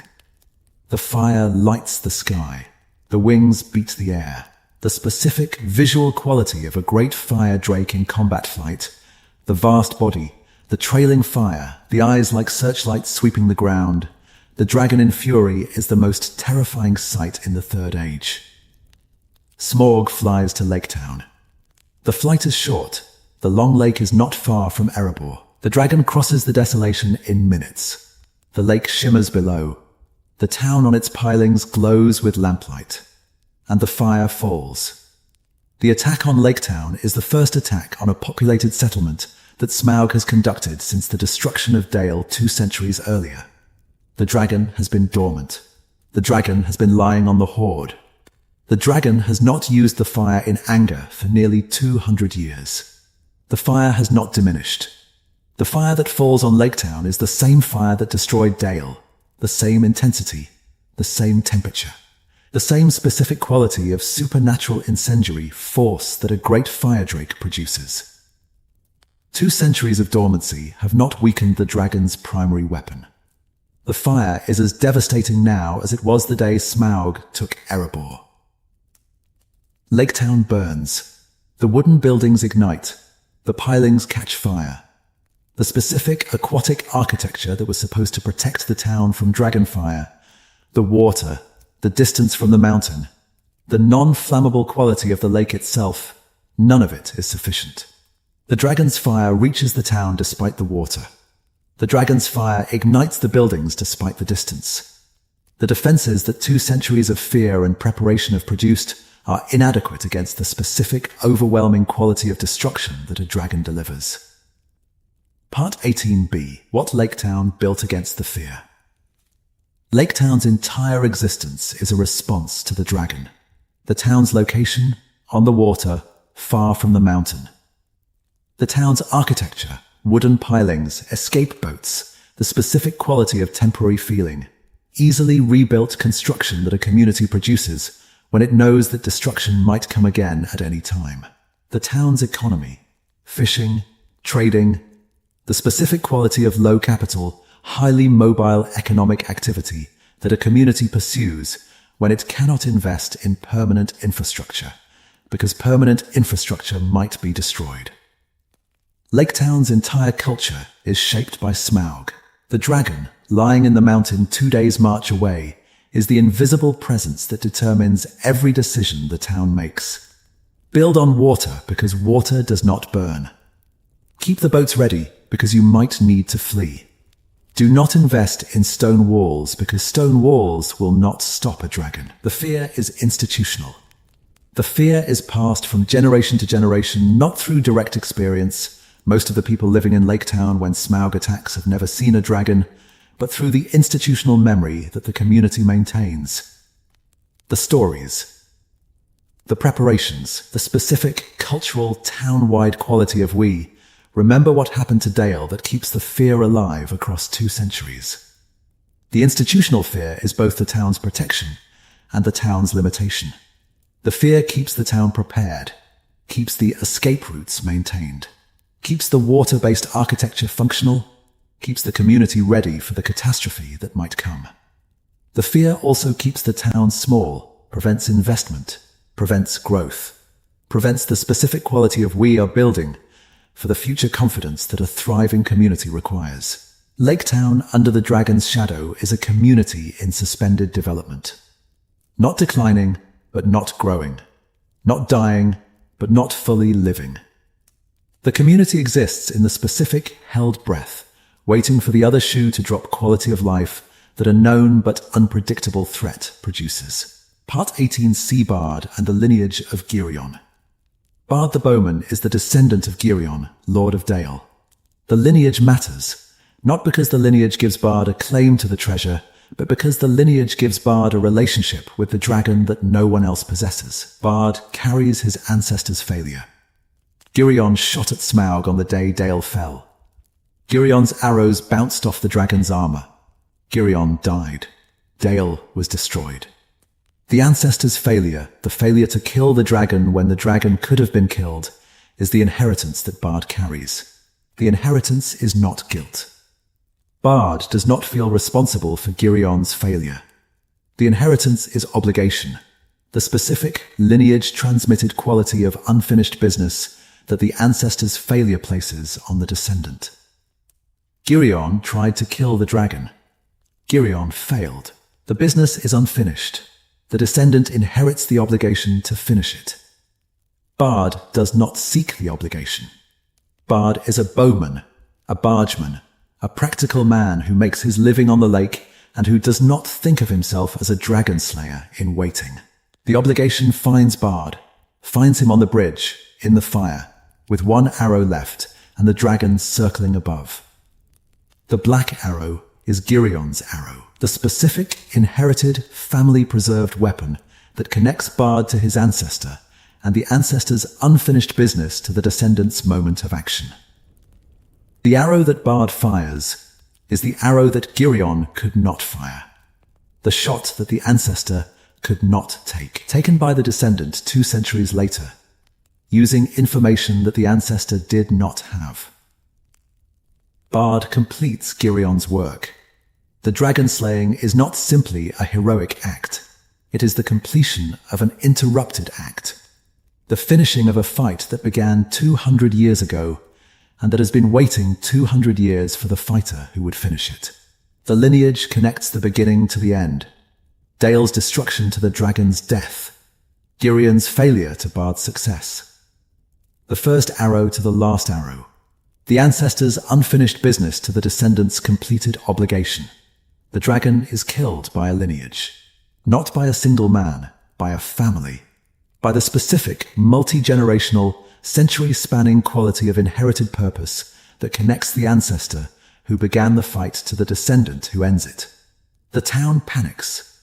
The people flee, some into boats, some into the lake, some into the specific, desperate. Any direction that is away from the fire quality of flight that catastrophe produces. The defense collapses, the warriors scatter, the organization fails. The specific quality of coordinated resistance that an organized defense requires is impossible in the face of the dragon's overwhelming assault. Part 19. The Black Arrow and the Death of Smaug. Bard, the Bowman, the descendant of Girion, Lord of Dale.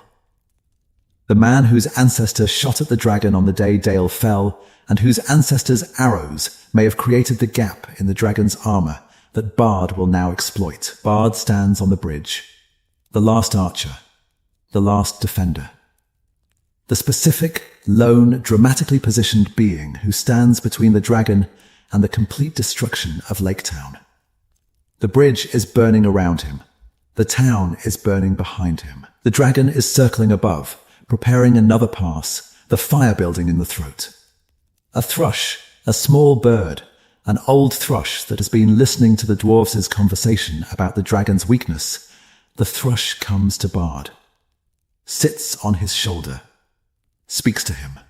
The bare spot, the left breast, the gap in the diamond waistcoat. The information that Bilbo discovered in the dragon's chamber, transmitted through the dwarves, through the thrush, to the archer who stands on the burning bridge with one arrow left. The black arrow, the last of the great war arrows of Dale. The arrow that Bard has carried, that Bard's family has preserved, that the descendants of Girion have maintained across 2 centuries of exile as the specific, material, physical connection to the day that Dale was destroyed.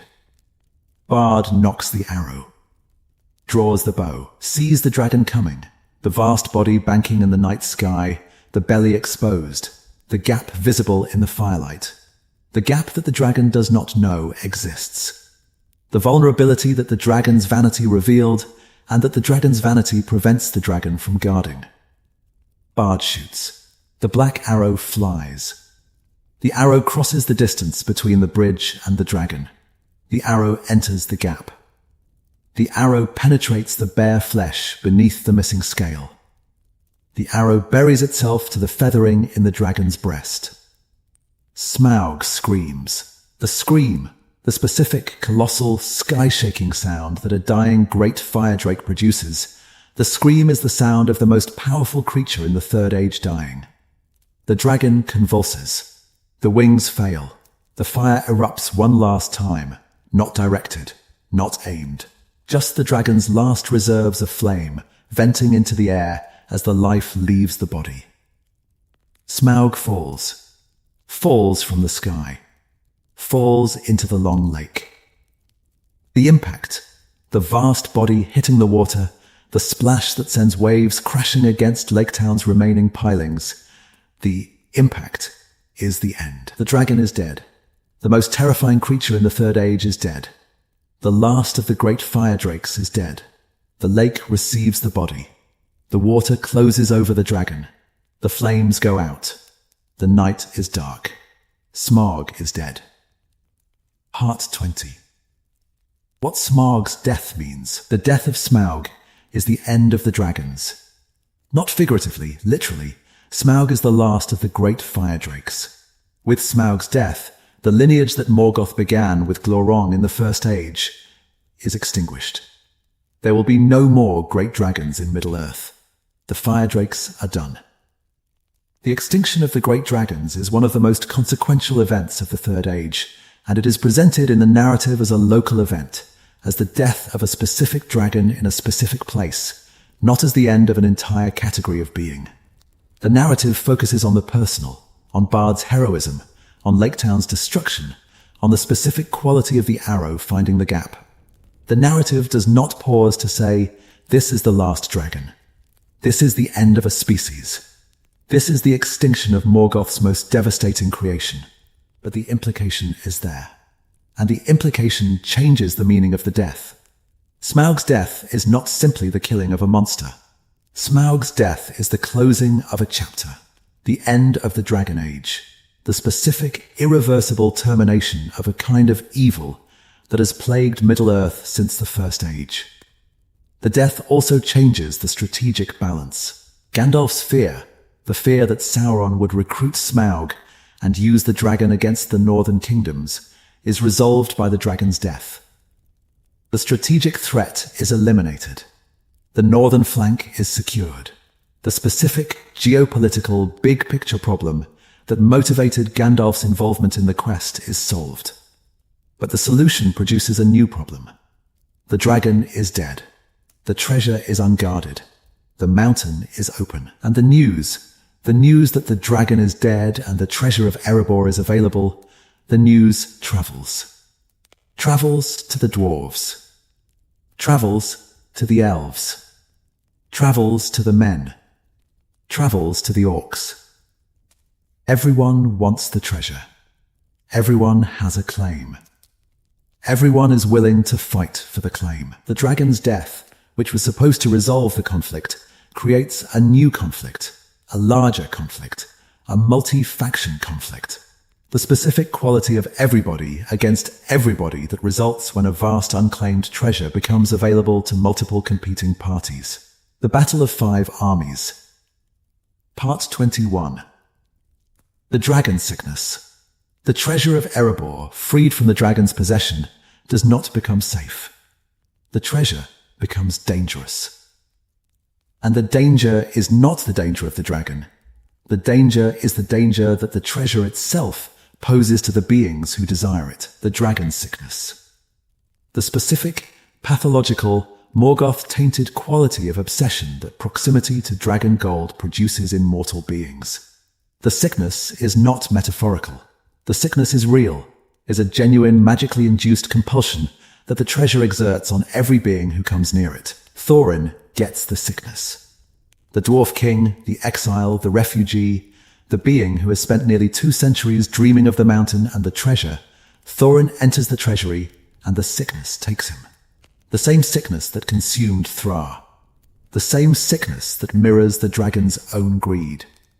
The same pathological, possessive, mine quality of obsession that drove Thur's behavior before the dragon came. Thorin on the treasure is Smaug without the fire. The same posture. The possessive, defensive. Nobody touches this quality of a being who is sitting on a hoard. The same paranoia, the suspicion that others want the treasure, the belief that every being who approaches is a potential thief. The same isolation, the retreat from relationships, from alliances, from the specific quality of trust and cooperation that sustained the quest. The dragon sickness transforms Thorin from a leader into a dragon. Not physically, Thorin does not grow scales or breathe fire. Psychologically, behaviorally, the same greed that made Smaug sit on the hoard for 2 centuries is now making Thorin sit on the hoard and refuse to share it. The same possessiveness that made the dragon burn Dale to protect the treasure is now making Thorin prepare for war to protect the treasure. Bilbo sees the transformation. The Hobbit, who has spent the quest learning to love Thorin, learning to respect the Dwarf King's courage and devotion, learning to understand the specific quality of Dwarvish loyalty that makes Thorin admirable. Bilbo watches Thorin become something that is not admirable, watches the king become a dragon, watches the leader become a hoarder. The Arkenstone becomes the focal point. Thorin's obsession with the Arkenstone, the heart of the mountain, the gem that Thur claimed as the heirloom of his house. The Arkenstone is the treasure's treasure, the most valuable thing in the hoard, the thing that Thorin wants most. The specific, singular, jewel-shaped expression of the dragon sickness at its most intense. Bilbo has the Arkenstone, found it in the hoard, kept it, and now Bilbo faces a choice. Give the Arkenstone to Thorin, which will deepen the sickness and make the war more likely. Or give the Arkenstone to Thorin's enemies, which will betray Thorin's trust, but may prevent the war. Bilbo gives the Arkenstone to Bard and the Elven King. Bilbo betrays Thorin to save Thorin. The Hobbit commits the specific, morally complex, personally devastating act of breaking faith with a friend in order to prevent the friend from destroying himself. The betrayal is the moment when the Hobbit becomes the hero. Not the burglar. The hero. The being whose moral courage exceeds his physical courage. The being who does the right thing at the cost of the thing he values most, Thorin's friendship. Part 22. The Battle of Five Armies. The Battle of Five Armies is the consequence of the dragon's death. The battle is what happens when a vast, unclaimed treasure is contested by multiple parties who all believe they have a right to it. 5 armies. The Dwarves, under Thorin and Din Ironfoot. The men of Laketown, under Bard. The Elves of Mirkwood, under Thranduil. The Orcs and Wargs, under Bolg. The Eagles, led by the Lord of the Eagles. The first 3 armies converge on Erebor for the treasure. The Dwarves claim the treasure by right of ancestry. Erebor was Thrur's kingdom, and Thorin is Thrur's heir. The men claim a share by right of suffering. Lake Town was destroyed by the dragon, and the men are owed compensation. The elves claim a share by right of ancient agreement. Thranduil had dealings with Thra, and the elves believe they are owed payment. The three claims are all legitimate. The dwarves' claim is legitimate. The treasure is dwarvish treasure, mined and forged by dwarvish hands. The men's claim is legitimate. Bard killed the dragon, and the men of Lake Town are homeless because of the dragon's attack. The elves' claim is legitimate. Thranduil has historical grounds for his demand, and the elves provided aid to the survivors of Lake Town. Three legitimate claims. 1. Treasure. No mechanism for resolving the competing claims except negotiation or violence. Thorin, consumed by the dragon sickness, refuses to negotiate. The result is the approach of violence. The three armies positioning for a battle that nobody truly wants, but that the dragon sickness makes inevitable. And then the orcs come. The fourth army, the orcs and wargs of the Misty Mountains, led by Bolg son of Azog, arrives at Erebor with the specific opportunistic quality of a predator that smells blood. The orcs do not care about legitimate claims. The orcs want the treasure and the killing. The orcs' arrival transforms the situation from a three-way negotiation into a five-way battle. The three legitimate claimants, dwarves, men, elves, unite against the orcs. The common enemy produces the alliance that the competing claims could not. The specific, shared, life-threatening quality of the orc attack forces the three parties to stop fighting each other and start fighting together. The battle is terrible. The fighting in the valley below Erebor is the largest battle in the northern lands since the Battle of Azanul Bazaar. Dwarves and men and elves fight orcs and wargs in the specific, chaotic, multi-front quality of combat that a five-army battle produces. Thorin charges. Late in the battle, when the outcome is in doubt, Thorin, who has been hiding in the mountain, guarding the treasure, consumed by the sickness, Thorin breaks through the barricade at the front gate and charges into the battle with his dwarvish warriors. The charge is the dragon sickness breaking.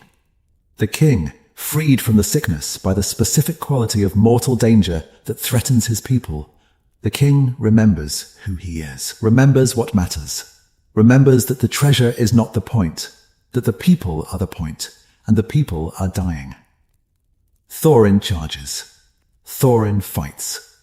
Thorin is wounded. Thorin dies. Part 23. The death of Thorin. Thorin dies on the battlefield.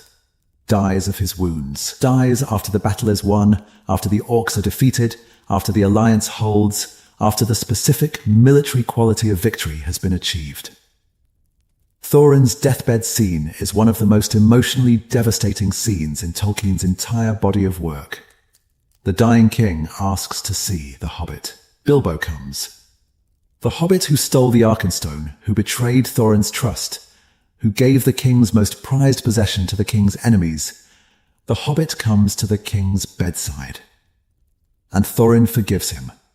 If more of us valued food and cheer and song above hoarded gold, it would be a merrier world. The line is Thorin's deathbed revelation, the realization that comes too late to save the king, but in time to redeem him. The realization is this: the treasure was never the point. The gold was never worth what the gold cost. The specific, hoarding, dragon sickness quality of obsession that consumed Thorin was a disease. A disease that the dying king can now see clearly because the dying clears the vision. Thorin's forgiveness of Bilbo is Thorin's rejection of the dragon sickness. The forgiveness says, "You were right to steal the Arkenstone. You were right to betray my trust. You were right because my trust was corrupted, was serving the sickness rather than the friendship. You saw me more clearly than I saw myself, and the seeing, the specific, painful, friendship-destroying quality of the Hobbit's moral clarity, the seeing was the right thing, even though it hurt. The death of Thorin is the death of the dragon sickness in human form. Smaug is dead in the lake. The dragon sickness is dead in Thorin. The two deaths, the dragon's physical death and the sickness's spiritual death, are the story's twin resolutions. The external threat and the internal threat, both eliminated. The fire and the greed, both extinguished. Thorin is buried in Erebor. Buried with the Arkenstone on his breast, the gem that consumed him, the gem that he died to possess, the gem that is buried with him, because the gem belongs to no one now. The Arkenstone goes back into the mountain, goes back into the dark, goes back to the place where it was found, to lie forever on the breast of the king who loved it too much. Part 24. Bilbo goes home. Bilbo takes his share of the treasure, a small share, as Hobbit standards measure wealth, but a substantial fortune by any standard, and goes home. Goes back to the Shire, goes back to Bag End, goes back to the specific, comfortable, fire-by-the-hearth quality of Hobbit life that the quest disrupted, and that the quest's completion allows Bilbo to resume. But Bilbo is not the same Hobbit who left. The quest has changed him. The dragon has changed him. The conversation in the dark, the specific, psychologically devastating experience of talking to a being of vast, malicious intelligence. The conversation has given Bilbo a quality that he did not have before. The knowledge of evil. Not the experience of evil. Bilbo has not become evil. The knowledge of evil, the understanding that evil exists, that evil is intelligent, that evil is persuasive, and that the defense against evil is not strength, but character. Bilbo carries the ring. This detail, the ring, the magic ring that Bilbo found in Gollum's cave, becomes, in retrospect, the most consequential thing that happened during the quest. The quest was about the dragon. The quest ended with the dragon's death. But the ring, the small, gold, seemingly insignificant ring that the Hobbit picked up in the dark, the ring is the thing that the quest left in the world. The thing that the dragon's story bequeathed to the ring's story. The thing that connects the Hobbit to the Lord of the Rings. The ring is the dragon's last gift.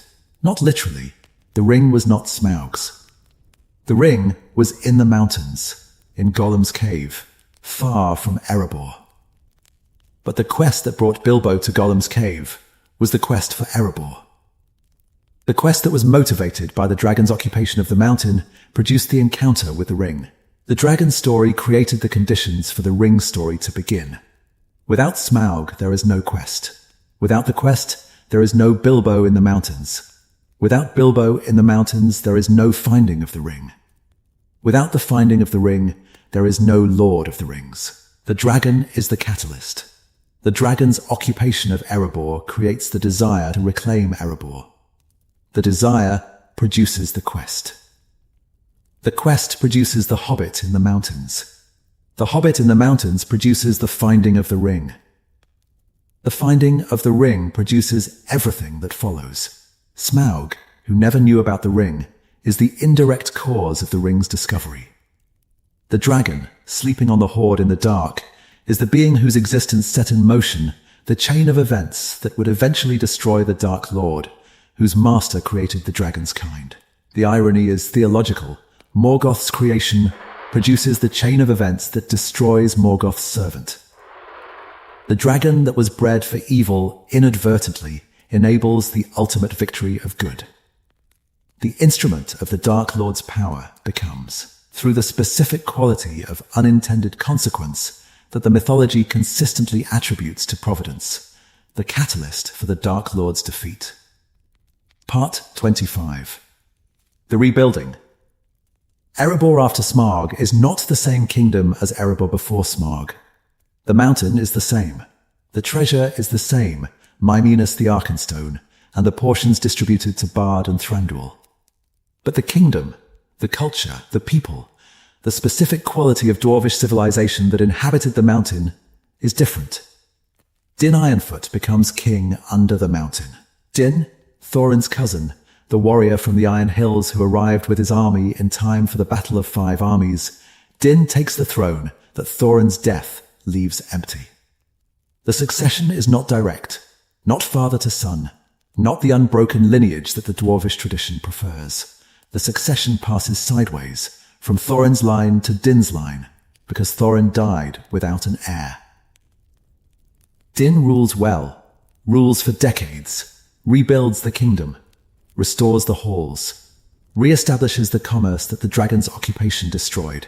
Dale is rebuilt under Bard, now King of Dale. The alliance between the mountain and the city, the dwarf-human partnership that had flourished before Smaug, is renewed. The rebuilding is impressive. The specific quality of Dwarvish resilience, the capacity to be driven from a home, to wander in exile for generations, and to return and rebuild what was lost, is displayed in the reconstruction of Erebor, with the same intensity that it was displayed in the original construction. But the rebuilt Erebor is haunted by the memory of the dragon. The halls where Smaug lay are cleaned, repaired, restored. The treasure is reorganized, counted, catalogued, distributed. The specific physical evidence of the dragon's 2-century occupation is removed from the mountain's interior, but the memory remains. The knowledge that a dragon can take the mountain, that the kingdom's greatest achievement can be destroyed in a single day by a single being, that knowledge persists. The rebuilt kingdom is a more careful kingdom. A kingdom that remembers, a kingdom that does not forget the lesson that the dragon taught, that accumulated wealth in a mountain kingdom is a target, and that the target will eventually attract the predator. Part 26. Smaug's Psychology. Let me return to the dragon for a moment, because the dragon's psychology deserves more attention than the narrative's external events can provide. Smaug is intelligent. Deeply, dangerously, devastatingly intelligent. The dragon's intelligence is not the intelligence of an animal, not the cunning of a predator or the cleverness of a tool using primate.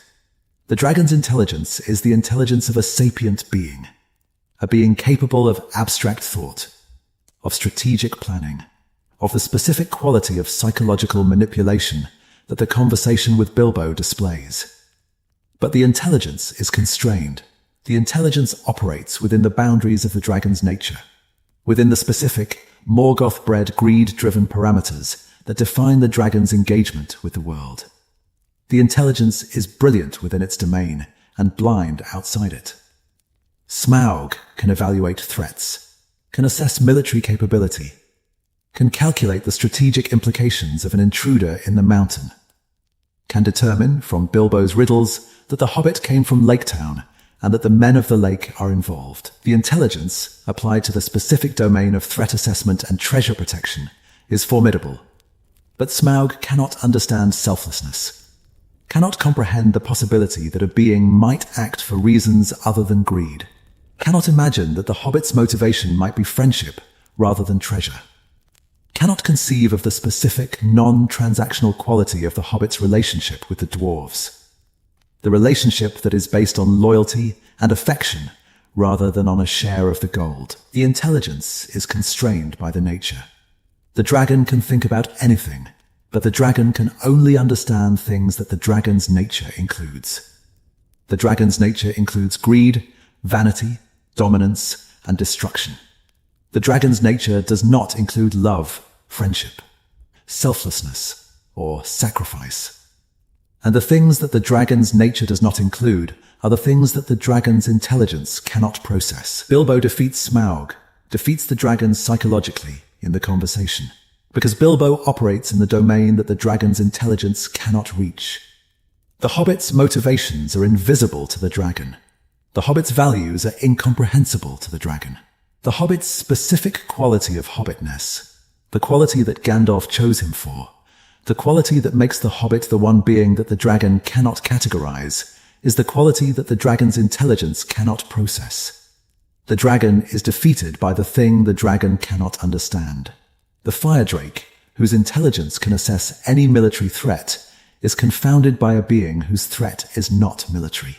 The hoarder, whose paranoia can detect the loss of a single cup from a 1,000,000-item hoard, is blind to the loss of the information that the Hobbit carries out of the mountain. The location of the bare patch, the vulnerability in the armor, the gap that will kill the dragon. Part 27. The Dragon and Sauron.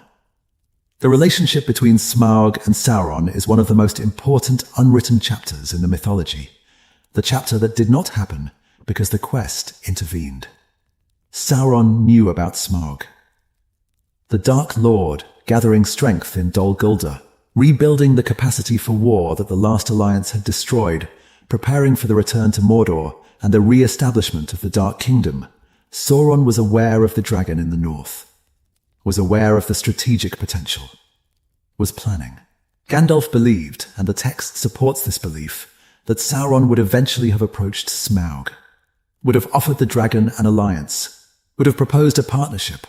The dragon's fire and the Dark Lord's army combined against the free peoples of the north. The alliance would have been devastating. Smaug's fire, deployed in coordination with Sauron's forces, would have destroyed the northern kingdoms with a speed and completeness that Sauron's armies alone could not have achieved. The specific quality of dragon fire, the city-destroying, army-immolating, morale-shattering quality of the weapon, would have multiplied the effectiveness of Sauron's military capability by an order of magnitude. The timeline matters. The White Council's assault on Dol Guldur, which drove Sauron from his hiding place and forced the Dark Lord to withdraw eastward, occurred in 2941 of the Third Age, the same year as the quest for Erebor. The coincidence is not a coincidence. The two events are connected. The quest and the assault are parts of the same strategic campaign, coordinated by Gandalf, designed to address two threats simultaneously. Sauron would eventually resurface in Mordor and declare himself openly a decade later. But by then, the dragon was long dead and the Northern Alliance was already rebuilt. The quest removes the dragon. The assault removes Sauron from Dol Guldur. The two operations, conducted simultaneously, prevent the specific nightmare scenario that Gandalf feared, the alliance between the dragon and the Dark Lord. The timing is tight. If the quest had been delayed, if Thorin had not agreed to the quest when he did, if the company had not reached Erebor when they did, if the dragon had not been killed when it was, Sauron might have contacted Smaug before the quest could remove the dragon. The alliance might have formed.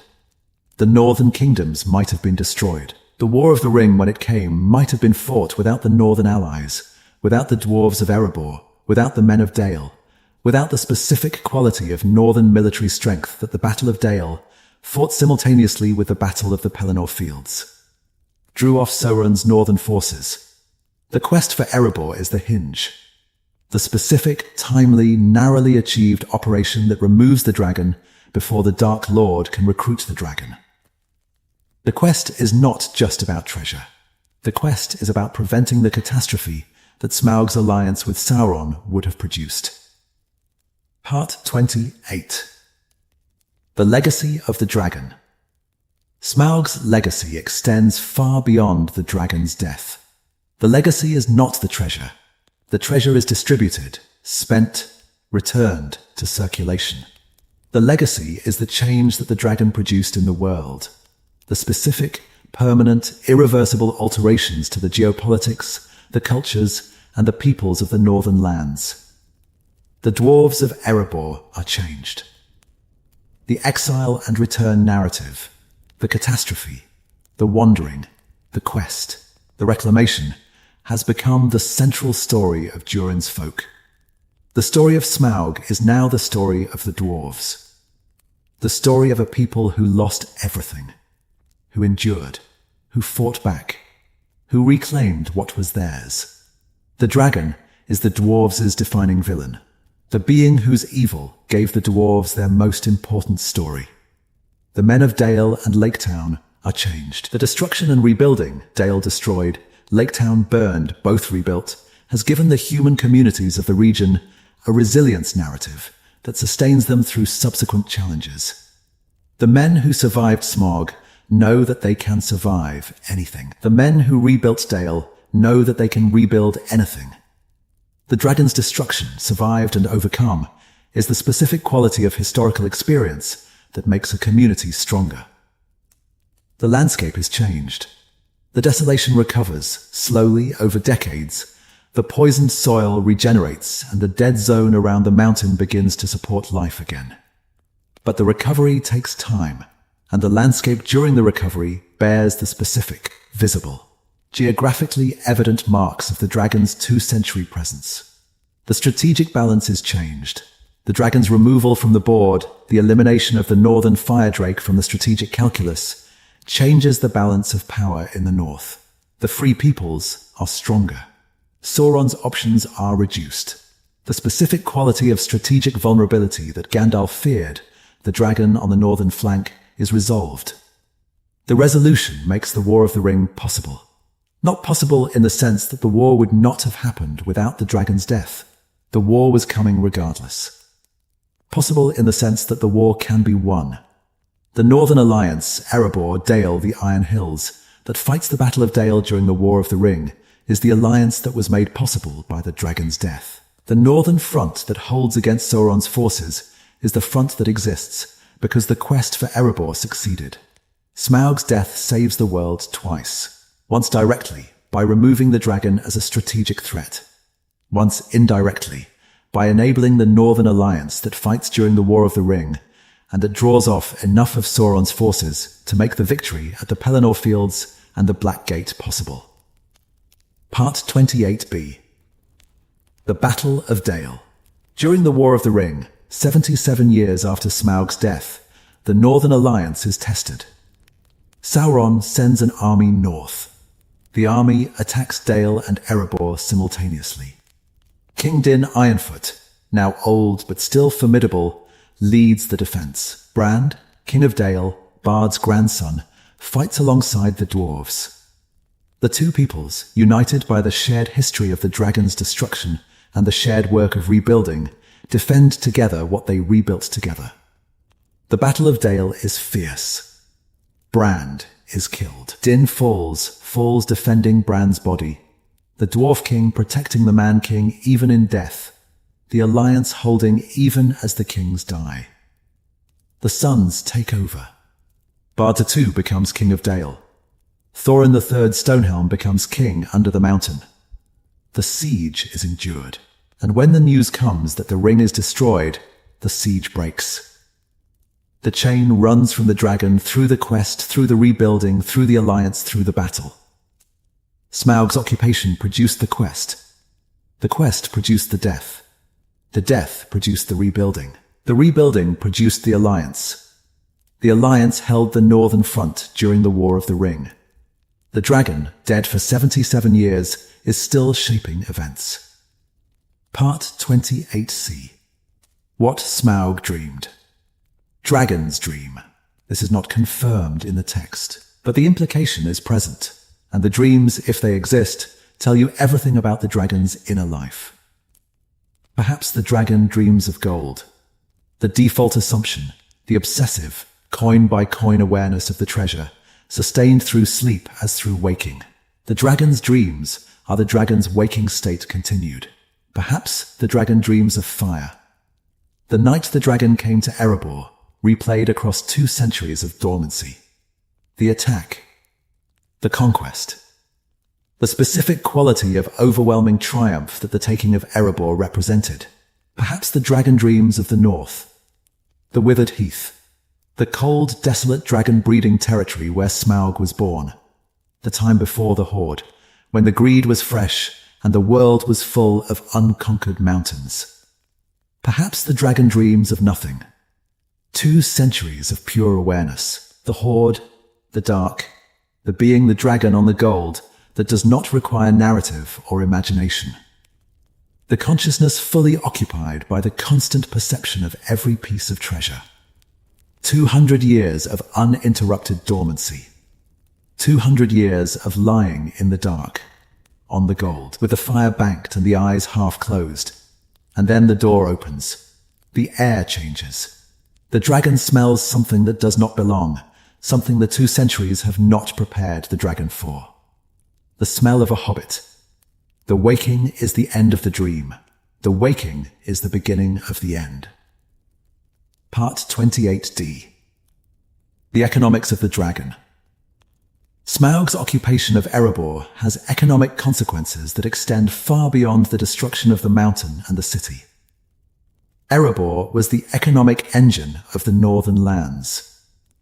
The mining operations produced gold, gems, and worked metals that flowed into the regional economy through Dale. The economic activity supported not just the dwarves and the men of Dale, but the entire network of communities that traded with the mountain, farmers, merchants, craftsmen. The multi-layered economic ecosystem that a major mining operation sustains. Smaug's occupation removed the engine. The mining stopped. The forging stopped. The trade stopped. The gold that had flowed through the regional economy was now sitting in the mountain, under the dragon, doing nothing. The consequences extended to every community that depended on the mountain's output. 200 years of economic disruption. 200 years during which the northern economy operated without its primary source of gold and worked metals. Some communities adapted. Lake towns survived by trading in fish. The Iron Hills dwarves continued to mine at lower output.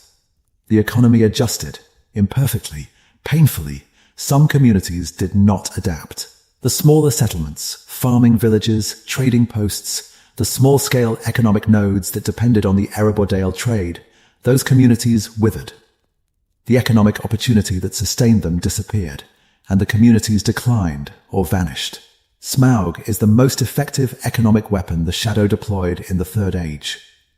Not through deliberate strategy, Smaug is not pursuing an economic agenda. Through nature. The greed removes wealth from circulation. The removal disrupts the economy. The disruption impoverishes the communities. The impoverishment weakens the peoples. The weakening serves the Shadow. The dragon does not need to burn the towns to destroy them. The dragon only needs to hoard the gold. The hoarding does the rest. Part 28e. The smell of the dragon. Smaug has a smell. The smell is an overlooked detail in the narrative, but the smell is the sensory dimension that completes the portrait of the dragon as a being of overwhelming physical presence. The smell is fire. Sulfur. Burning metal. The specific olfactory signature of a being whose internal furnace maintains temperatures that would melt dwarvish steel. The dragon smells like a forge that has been burning for 2 centuries without being cleaned. The smell fills the mountain. The dwarves who enter Erebor after the quest smell the dragon even after the dragon has left.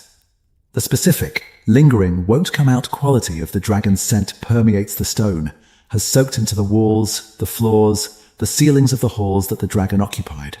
Bilbo smells the dragon before Bilbo sees the dragon.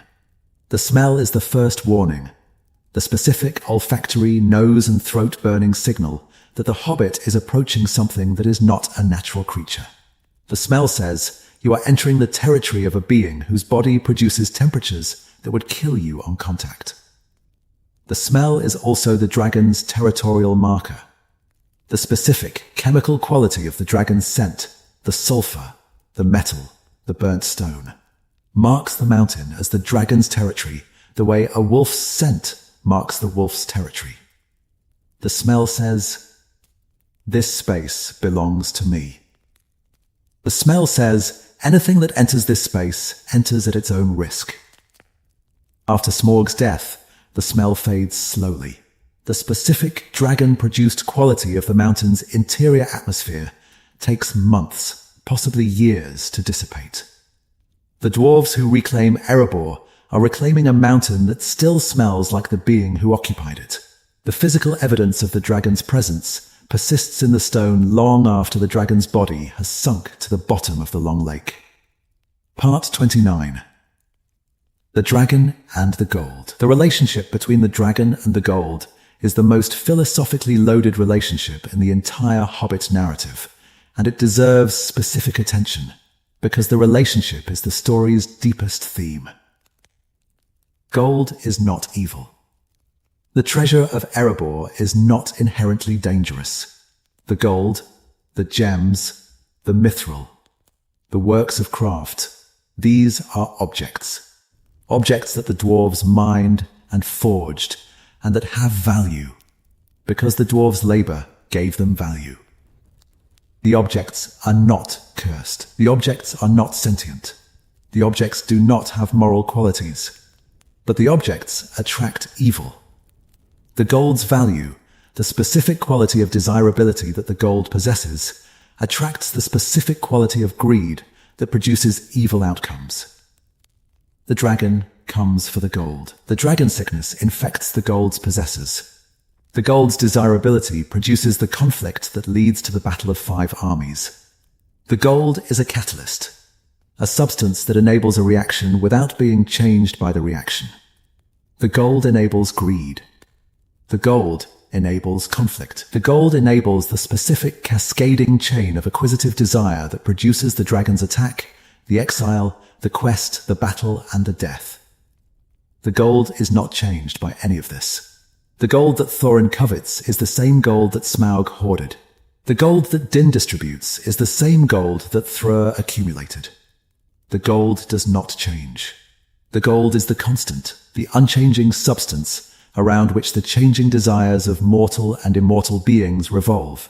The relationship between the being and the gold is the relationship that determines the outcome. Thrur's relationship with the gold was possessive, and the possessiveness attracted the dragon. Smaug's relationship with the gold was hoarding, and the hoarding produced the desolation. Thorin's relationship with the gold was obsessive, and the obsession produced the dragon sickness. Bilbo's relationship with the gold was indifferent, and the indifference is what makes Bilbo the hero. Bilbo does not want the gold. This is the specific quality that makes Bilbo unique among the story's characters. The Hobbit does not desire the treasure. The Hobbit desires home, desires the Shire, desires the specific, comfortable, non-golden quality of Hobbit life that the gold cannot provide. The Hobbit who does not want the gold is the being who saves everyone from the gold's effects. The Hobbit's indifference to the treasure, the specific Hobbit quality of not caring about gold that the Hobbit carries through the entire quest, is the antidote to the dragon sickness. The Hobbit is immune because the Hobbit's desires are elsewhere. The Hobbit wants food and home and friendship. The Hobbit does not want gold. Part 30. The dragon as metaphor. Smaug is the literalization of hoarding. The dragon, sitting on the gold, using nothing, producing nothing, contributing nothing. The dragon is the living image of what hoarding does to wealth, freezes it, removes it from circulation, prevents the wealth from doing the things that wealth is supposed to do, funding commerce, enabling trade, supporting the creation of new wealth. The treasure under the mountain, while Smaug sits on it, is dead wealth. The gold does not circulate. The gems do not inspire new craft. The mithril does not armor new warriors. The wealth is present, is physically there, in the mountain, in the treasury. But the wealth is inert, functionless. The specific quality of economic activity that makes wealth valuable is absent because the wealth's possessor does not use it. Smaug is the miser. The dragon is the mythological expression of the phenomenon that Tolkien observed in the real world. The hoarding of wealth by beings who do not use it, who do not share it, who do not allow the wealth to serve the purposes that wealth was created to serve. The dragon is not a capitalist. The dragon is not a banker. The dragon is the negation of both, the being who removes wealth from the economic system entirely. The dragon is the black hole of economics, the being into which wealth flows and from which wealth does not emerge. The dragon disrupts the economy not by competing but by absorbing, by taking the wealth and sitting on it and doing nothing. The desolation is the economic consequence. The lands around Erebor, the farms, the towns, the trading communities that depended on the wealth flowing through the mountain, those lands die when the dragon takes the mountain. Not because the dragon attacks them directly, because the dragon stops the flow. The economic activity that the mountain's commerce supported is cut off. The towns wither. The farms fail. The specific quality of economic life that the mountain's wealth sustained is extinguished by the dragon's hoarding. The dragon kills the economy by hoarding. The dragon kills the landscape by existing. The dragon kills the culture by occupying the mountain that the culture depended on. The dragon's destruction is not just physical. It is economic, cultural, and social. The dragon destroys the world not by burning it, but by sitting on it. Part 31. Why the dwarves could not just wait. There is a question that practical-minded readers ask about the Smaug story. Why did the dwarves not simply wait for the dragon to die? The question seems reasonable. Dragons are mortal, or at least dragons are not eternal. Eventually, even a great fire drake must age, must weaken, must succumb to the passage of time. Why not wait? Why not let the centuries pass and the dragon decline and the mountain become accessible without the risk of the quest? The answer is multifold, and each fold reveals something about the dwarves and the dragon. First, there was no guarantee that Smaug would die of old age. The lifespan of a great fire drake is unknown. Glorong, the first dragon, was killed in battle. He did not die of old age. And Callaghan was killed in the War of Wrath. The great dragons of the mythology do not die naturally. They die violently, or they persist. Smaug might have survived for another 1,000 years, might have survived for 2,000, might have survived long enough for Durin's folk to forget Erebor entirely. Second, the dwarves' memory would fade. 2 centuries of exile had already dimmed the connection between Durin's folk and their ancestral home. Another century would dim it further. Another 2 centuries and the memory of Erebor would become mythology rather than history, would become a story rather than a grievance, a legend rather than a claim. The dwarves had to act while the memory was still alive, while the exiles who remembered Erebor were still present, while the desire to return was still a living motivation rather than a historical footnote. Third, Gandalf's strategic concern. The dragon on the northern flank problem was not a problem that waiting would solve. Waiting would make the problem worse, would give Sauron more time to contact the dragon, more time to propose the alliance, more time to prepare the coordinated assault on the northern kingdoms that Gandalf feared. Waiting was not a neutral option. Waiting was giving the enemy time. Fourth, Thorin's personal timeline. Thorin was old, not mortally old. Dwarves live longer than men, but old enough that the quest represented a now or never decision. If Thorin did not attempt the quest in his current year, the opportunity might not come again. The key, the map, the wizard's willingness to help, these things might not align again in Thorin's lifetime.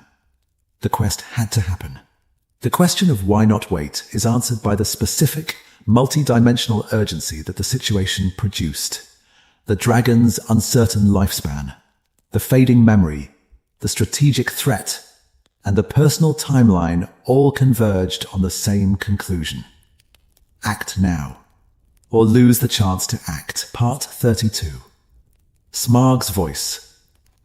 Smaug's voice is one of the most carefully crafted elements of The Hobbit, and the voice tells you as much about the dragon as the fire does.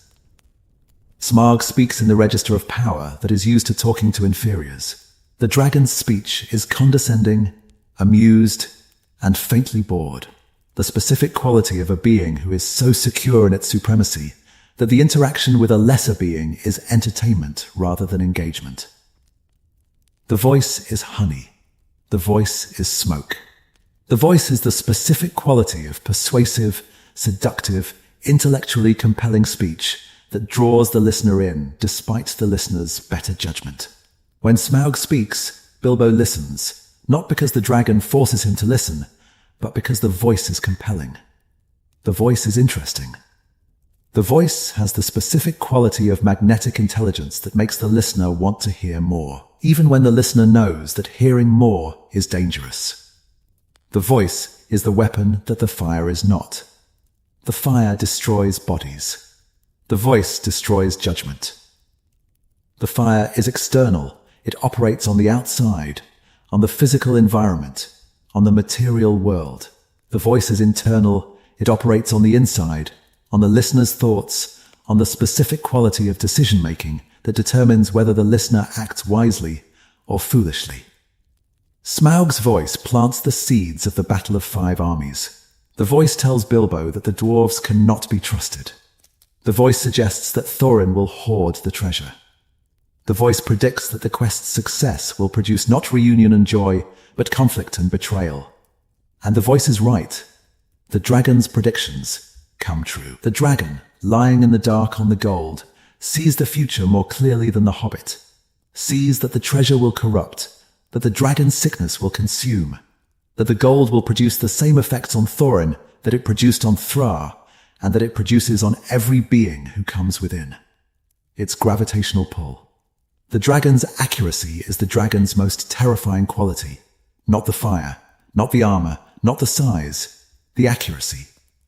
The dragon sees the truth. The dragon knows how the story will unfold. The dragon, whose intelligence is constrained by its nature but brilliant within its domain, that intelligence produces predictions that are more accurate than the predictions of any other character in the narrative. Smaug tells Bilbo the truth, and the truth, the specific, devastating, prediction-confirmed quality of the dragon's assessment, is more dangerous than the fire, because the truth cannot be dodged. The fire can be avoided. The truth, once heard, remains. Part 33. The thrush and the chain of information. The thrush that carries the information about Smaug's weakness to Bard is one of the most important minor characters in The Hobbit, and the thrush's role reveals the specific quality of the narrative's information economy. Information about the dragon's weakness originates with Bilbo. The Hobbit sees the bare patch. The Hobbit communicates the information to the dwarves. The dwarves discuss the information in the presence of the thrush. The thrush, an old thrush, a thrush of Erebor, a bird whose ancestors have lived on the mountain since before the dragon came. The thrush hears the information and carries it to Bard. The chain is Bilbo Dwarves Thrush Bard. 4 links. Each link is necessary. Remove any link and the chain breaks and the information does not reach the archer. Without Bilbo, there is no observation. The Hobbit is the only being who has seen the dragon's belly up close. The dwarves have not seen it. Bard has not seen it. The thrush has not seen it. The information originates with the Hobbit, because the Hobbit is the only being who has been in the dragon's chamber and survived. Without the dwarves, there is no discussion. The information stays with Bilbo. The Hobbit knows the weakness, but has no mechanism to communicate it to the archer who needs it. The dwarves, by discussing the information within earshot of the thrush, serve as the amplifier. The dwarves make the information available to the wider world. Without the thrush, there is no transmission. The information stays with the dwarves. The dwarves know the weakness, but have no mechanism to communicate it to Bard. The thrush, the ancient bird of Erebor, the creature whose species memory connects the mountain's past to the mountain's present. The thrush carries the information across the miles between the mountain and the lake. Without Bard, there is no action. The information exists but is unused. The weakness is known but not exploited. Bard, the descendant of Girion, the heir of Dale, the being who has the skill, the weapon, and the specific quality of narrative destiny that places the right archer in the right position at the right moment. Bard is the terminal link. The being who converts information into action. The chain is the narrative's most precise expression of the collaborative nature of heroism. No single being kills the dragon. The killing is collaborative, is the product of the Hobbit's observation, the dwarves' discussion, the thrush's transmission, and the archer's execution. 4 links, 4 essential contributions. 4 beings, each doing one thing that the others cannot, producing together the outcome that none of them could have produced alone. Part 34. Smaug and Glorong. The comparison between Smaug and Glorong, between the last great fire drake and the first, illuminates the specific quality of what Smaug is and what Smaug represents in the broader arc of Tolkien's mythology. Glorong was a weapon. The father of dragons was bred by Morgoth for a specific purpose, the destruction of the elves. Glorong served Morgoth directly. Glorong received orders. Glorong was deployed against specific targets, Nargothrond, the Nerneath Arnoediad, in the context of specific campaigns that served Morgoth's strategic objectives. Smaug is not a weapon. Smaug has no master. Smaug serves no strategic purpose. Smaug is not deployed against anyone. Smaug deploys himself, for his own reasons, in service of his own greed. The dragon that attacks Erebor is not fulfilling a Dark Lord's command. The dragon is fulfilling his own nature. The difference is the difference between the disciplined and the feral. Glorong is the disciplined dragon, the weapon that serves the master, that operates within a strategic framework, that understands its role in a larger campaign. Smaug is the feral dragon, the uncontrolled predator, the being whose behavior is driven entirely by internal impulse, who attacks because the greed says attack, and who hoards because the greed says hoard. The feral dragon is more dangerous than the disciplined dragon. The disciplined dragon has a master, and the master can be defeated. Defeat the master, and the weapon loses its direction. The feral dragon has no master. The feral dragon cannot be defeated by defeating a master who does not exist. The feral dragon must be confronted directly, must be fought on its own terms, in its own lair, with the specific quality of courage and cleverness that direct confrontation with an autonomous evil requires. Glorong was defeated by Trin, defeated through deception, through the specific quality of the hero's cunning applied to the dragon's vulnerabilities. Smaug is defeated by Bard, defeated through information, through the specific quality of collaborative intelligence gathering that identifies the vulnerability and communicates it to the being who can exploit it. The evolution from Glorong to Smaug, from the disciplined weapon to the feral predator, is the evolution of Morgoth's evil across the ages. The First Age evil was organized. The Third Age evil is scattered. The First Age had the Dark Lord directing the dragons against specific targets. The Third Age has the dragons operating on their own, pursuing their own greed, serving no master except the nature that the Dark Lord bred into them. Part 35. The desolation recovers. After Smaug's death, the desolation heals, slowly, not overnight, not in a single season, over years and decades. The poisoned soil gradually recovers its fertility. The dead trees are replaced by new growth. The specific, dragon-produced quality of anti-life that radiated from the mountain gradually fades. The recovery is the narrative statement about resilience. The dragon's presence poisoned the landscape. The dragon's absence allows the landscape to recover. The natural world, once freed from the dragon's influence, reasserts itself, grows back into the spaces that the dragon's presence had killed. The recovery mirrors the recovery of the peoples. Dale is rebuilt. Laketown is rebuilt. The men of the region, like the landscape, recover from the dragon's presence, rebuild what was destroyed, replant what was burned, restore the specific quality of human civilization that the dragon disrupted. The recovery takes time. The landscape does not snap back. The peoples do not instantly resume their pre-dragon lives. The recovery is gradual, effortful, and marked by the specific quality of scars that catastrophe leaves. The rebuilt Dale is not the same as the original Dale. The replanted landscape is not the same as the pre-dragon landscape. The recovery is real but imperfect, marked by the memory of the destruction even as the destruction is repaired. The desolation's recovery is the natural world's answer to the dragon's anti-life. The dragon produced death. The natural world produces life. The natural world is patient, is willing to wait decades for the opportunity to recover. And the patience, applied across enough time, overcomes the dragon's influence. The recovery is also the narrative's answer to the philosophical question that the dragon poses. Is destruction permanent? Can evil permanently alter the world? Can the dragon's 2 centuries of presence irrevocably damage the landscape? The answer is no. The answer is that the natural world recovers. That the damage, though real, is not permanent. That the patience of growing things outlasts the violence of burning things. That the life that the dragon's presence suppressed reasserts itself when the dragon's presence is removed. Part 36. What Bilbo Learned. Bilbo Baggins enters the quest as a hobbit. Bilbo exits the quest as a hero, but a specific kind of hero. Not the kind that kills dragons. Not the kind that wins battles. The kind that learns. What Bilbo learns from the dragon is the most important education in the entire Hobbit, and the education consists of 2 lessons. Lesson 1. Evil is intelligent. Evil is not stupid. Evil is not clumsy.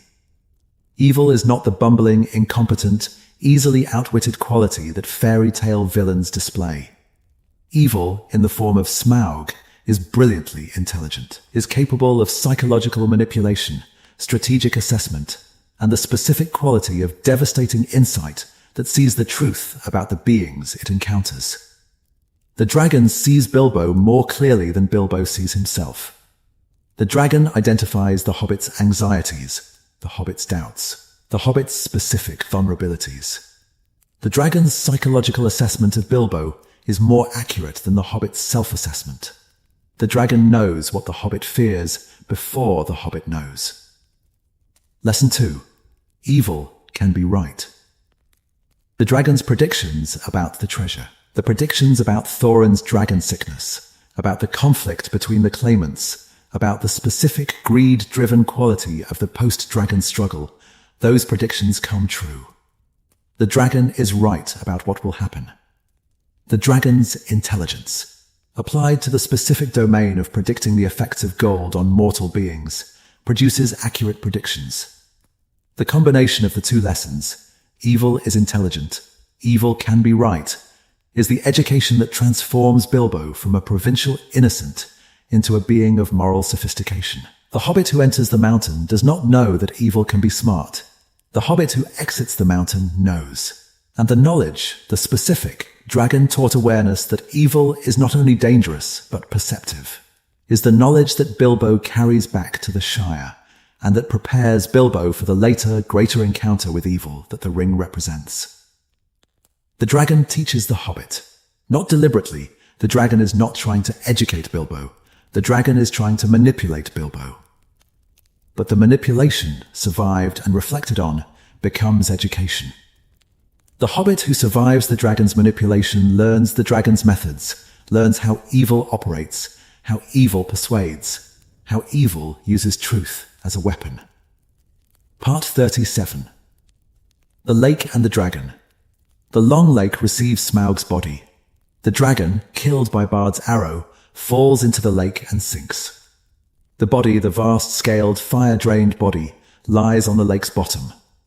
The lake becomes the dragon's grave. The lake burial is the opposite of the mountain burial.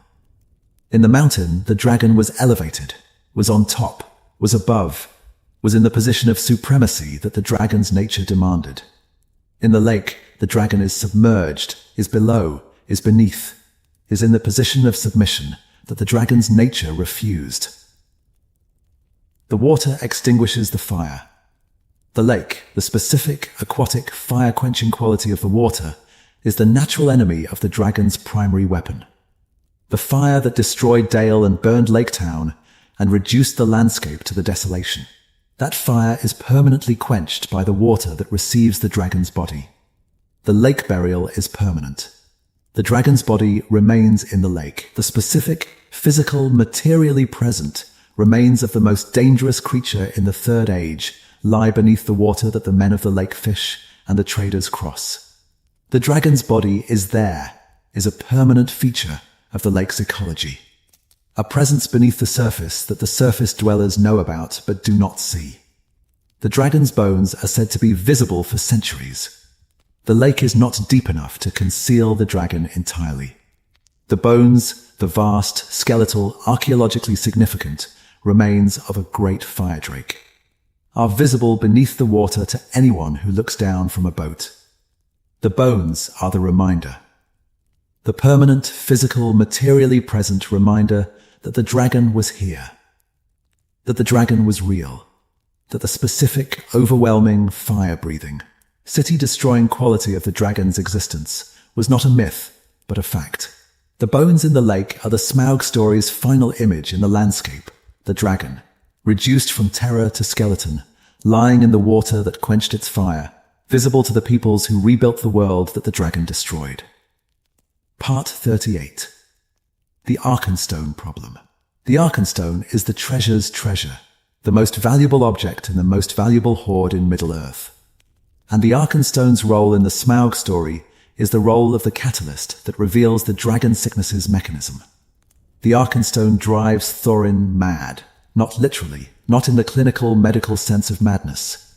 In the mythological sense, the Arkenstone produces in Thorin the specific, possessive, all-consuming quality of desire that mirrors the dragon's relationship with the Horde. Thorin wants the Arkenstone the way Smaug wants the gold, totally, exclusively, with the specific quality of mine, not yours, that the dragon sickness produces. The Arkenstone is the dragon sickness in gem form. The gem concentrates the sickness, focuses it, intensifies it, gives it a single, beautiful, luminous object to fix on. The dragon sickness, which in its diffuse form is a general obsession with the Horde, becomes in its concentrated form a specific obsession with the gem. Bilbo possesses the Arkenstone. The Hobbit finds the gem in the Horde and keeps it hidden from Thorin, keeps it in his pocket, carries it through the final stages of the quest without telling anyone.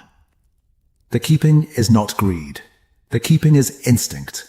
The Hobbit's instinct that the gem is important, that the gem will be needed, that the gem's possession will provide the Hobbit with a leverage that the Hobbit cannot yet define, but that the Hobbit's moral sense tells him will be essential.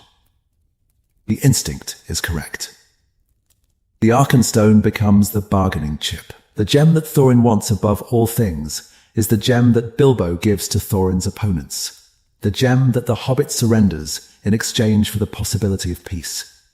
The Hobbit's possession of the gem is the Hobbit's power, the specific, gem-derived, dragon sickness exploiting power that allows the Hobbit to force negotiations that the dragon sickness would otherwise prevent. The Arkenstone's journey, from the depths of Erebor to the dragon's hoard, to Bilbo's pocket, to Bard's hands, back to Erebor, on Thorin's breast, is the Smaug story's most compact narrative. The gem moves. The gem produces effects. The gem's movement through the story produces the specific, cascading, domino-quality chain of consequences that drives the narrative's final act. The Arkenstone is the miniature dragon, the small, beautiful, luminous version of the same quality that the dragon embodies. The quality of desirability that produces the quality of possessiveness, that produces the quality of conflict. The gem and the dragon are the same thing at different scales. The dragon hoards the gold. The gem hoards the desire. Both produce the same result, the specific, destructive, relationship-destroying quality of wanting something so much that the wanting consumes everything else. Part 39. What Smaug feared. Let me talk about the dragon's fear, because the dragon's fear is the most revealing dimension of the dragon's psychology. Smaug fears nothing that we see. The dragon, in his conversation with Bilbo, displays no fear, no anxiety about the dwarves, no concern about the armies of men, no worry about any of the military forces that the free peoples could assemble against him. But Smaug guards the treasure.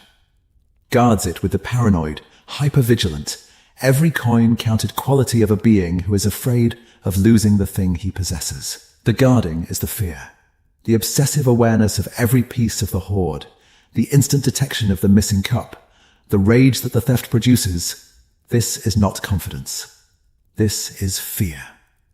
The specific quality of fear that the possessor feels toward the possibility of dispossession. Smaug fears loss. Not death, the dragon does not appear to fear death. Not combat, the dragon is eager for combat, is excited by the prospect of burning Lake Town, is energized by the specific quality of destruction that combat provides. The dragon fears loss, fears the loss of the treasure, fears the specific, nightmarish, worst-case scenario of the hoarder, someone taking the gold. The fear is the greed's shadow. The greed says, mine. The fear says, someone will take it. The two impulses, the possessive and the paranoid, are the two halves of the dragon's psychology, and the two halves are inseparable. The dragon hoards because the dragon wants. The dragon guards because the dragon fears. The fear makes the dragon vulnerable. The paranoia, which is supposed to protect the hoard, also constrains the dragon's strategic thinking. The dragon's response to the theft of the cup is not strategic, is not the calculated, risk-assessed, optimal response that the dragon's intelligence could produce. The response is emotional. The response is rage. The specific quality of how dare you. I will burn everything fury that the fear of loss produces. The rage drives the dragon out of the mountain. The rage drives the dragon to attack Lake Town. The rage drives the dragon to expose himself, to fly in the open, to circle above a populated area, to present his belly to the archers below. The rage that the fear produces is the mechanism that creates the opportunity for the killing. Smaug dies because Smaug is afraid. The fear produces the rage. The rage produces the recklessness. The recklessness produces the exposure. The exposure produces the death. The chain runs from the fear through the rage to the arrow, the chain that begins with the dragon's deepest anxiety and ends with the dragon's destruction. Part 40. The world without dragons. Smaug's death creates a world without great dragons. The Third Age, after Smaug, is a world in which the most devastating weapon of the First Age has been permanently removed from the strategic equation. The removal changes everything.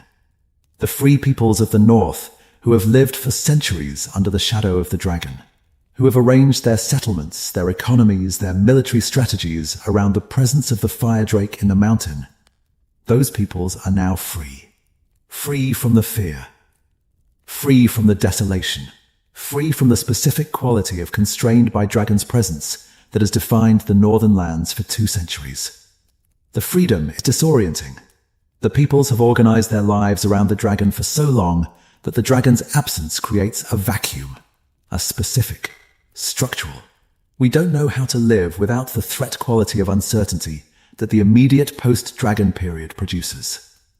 Lake Town has been defined by its relationship to the dragon, built on water because water does not burn, positioned far from the mountain because distance is safety.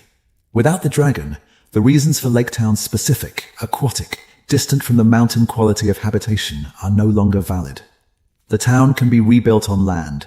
The town can be built closer to the mountain. The constraints that the dragon imposed on the town's location and design are lifted. Dale can be rebuilt. The city that the dragon destroyed can be reconstructed, not as a memory of what was lost, but as a new creation, informed by the memory, but not constrained by it. Dale after Smaug is not the same as Dale before Smaug. Dale after Smaug is a city that knows what a dragon can do, and that builds with the knowledge incorporated into the design. The world without dragons is a world that remembers dragons. The dragon is gone. The fear of the dragon persists. The specific quality of we know what can happen that the dragon's presence produced is not eliminated by the dragon's death. The fear outlasts the cause. The memory outlasts the event. The world without dragons is shaped by the memory of dragons. And the memory, the specific, cultural, institutionally preserved memory of what a fire drake can do to a mountain kingdom and a trading town, is the dragon's most lasting legacy. Part 41. Smaug and the One Ring. The connection between Smaug and the One Ring is the connection that links the Hobbit to the Lord of the Rings, the specific, narrative, causally connected thread that makes the smaller story the prologue to the larger story. The ring was found during the quest for Erebor. The ring's discovery was made possible by the quest's existence. The quest's existence was made necessary by the dragon's occupation of the mountain. The dragon, therefore, is the indirect cause of the ring's discovery. The being whose presence in the mountain produced the chain of events that brought a hobbit to the mountains, and the mountain's depths to the hobbit. The irony is precise. Morgoth's creation inadvertently enables the discovery of Sauron's weapon, the Rin. The first Dark Lord's handiwork produces the circumstances that expose the second Dark Lord's instrument. The dragon, sitting in the mountain, unable to leave, unable to change, is the immovable obstacle whose presence sets in motion the events that will eventually destroy the power that created the dragon's kind. The ring and the dragon share qualities. Both are products of evil. Both corrupt their possessors. Both produce the specific quality of obsessive, possessive, sanity-destroying desire that the mythology identifies as the dragon sickness. The ring sickness and the dragon sickness are the same sickness, the same pathological desire for a thing that corrupts the desirer. Bilbo carries the ring out of the mountains. Bilbo carries the ring through the dragon's lair. Bilbo carries the ring in his pocket while he talks to Smaug, carries the Dark Lord's weapon in the presence of the Dark Lord's master's creation. And neither the ring nor the dragon recognizes the other's significance. The invisibility that the ring provides is the tool that allows Bilbo to survive the dragon. The ring makes Bilbo invisible. The invisibility allows Bilbo to enter the dragon's chamber undetected, to observe the dragon's belly, to discover the bare patch that will eventually kill the dragon. The ring, Sauron's weapon, the instrument of the Dark Lord's will, is the tool that enables the destruction of Morgoth's weapon, the dragon. The tools of evil are used against each other. The ring against the dragon against the ring's secrecy by setting in motion the quest that discovers the ring. The instruments of the two Dark Lords, never designed to work in concert and never aware of each other's significance, are deployed by the Free Peoples in a chain of events that ultimately destroys both. Part 42. The Dragon in the Culture. Smaug has become one of the most iconic dragons in literary history, perhaps the most iconic. The dragon has transcended the specific Tolkien-created mythology and become a cultural figure, a symbol, a reference point, an archetype that subsequent fantasy literature measures its own dragons against. The iconography is specific: the vast body on the gold, the conversation in the dark, the bare patch in the armor, the fall into the lake. These images are culturally embedded, are present in the collective imagination of the fantasy reading public, recognized and referenced and drawn upon by every subsequent dragon story. The cultural presence of Smaug is the dragon's immortality. The physical dragon is dead, killed by Bard's arrow, lying in the Long Lake's bottom. The cultural dragon is alive, is present in every subsequent dragon narrative, in every fantasy story that features a treasure-hoarding, riddle-speaking, vanity-driven fire drake. Tolkien created the template. The template is: the dragon is intelligent. The dragon talks. The dragon has a personality, a specific, individual, recognizable quality of character that makes the dragon more than a monster. The dragon is a person, an evil person, an alien person, but a person, a being with motivations, anxieties, vanities, and the specific quality of selfhood that makes the dragon's death a meaningful event rather than a simple pest removal. Before Tolkien, dragons in Western literature were largely monsters, obstacles to be overcome, threats to be neutralized, the specific quality of mindless, instinct-driven danger that the hero proves himself against by defeating. After Tolkien, dragons are characters. The shift from monster to character, from obstacle to person, is Smaug's most lasting cultural contribution. Part 43. The Hobbit and the Dragon. The relationship between Bilbo and Smaug is the core relationship of The Hobbit, more central than Bilbo's relationship with the Dwarves, more defining than Bilbo's relationship with the Ring, more revealing than Bilbo's relationship with any other character. The Hobbit and the Dragon are the story's two poles, the smallest and the largest, the most humble and the most proud, the most generous and the most hoarding. The Hobbit, who wants nothing from the treasure, and the dragon, who wants everything from the treasure. The two beings occupy opposite ends of every spectrum that the narrative constructs, and the tension between the two poles is the story's engine. Bilbo defeats Smaug. Not physically. Bilbo does not kill the dragon. Bilbo does not wound the dragon.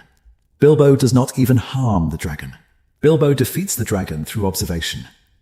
Through the specific quality of careful, attentive, detail-noticing perception that the Hobbit brings to the encounter, and that the dragon, for all his intelligence, does not expect. The Hobbit sees the bare patch. The Hobbit notices the vulnerability. The Hobbit carries the information out of the mountain and into the chain of transmission that delivers it to the archer. The Hobbit defeats the dragon not through strength, but through sight, through the specific Hobbit quality of paying attention to small things that the dragon's vast, strategic, big-picture intelligence does not consider a threat.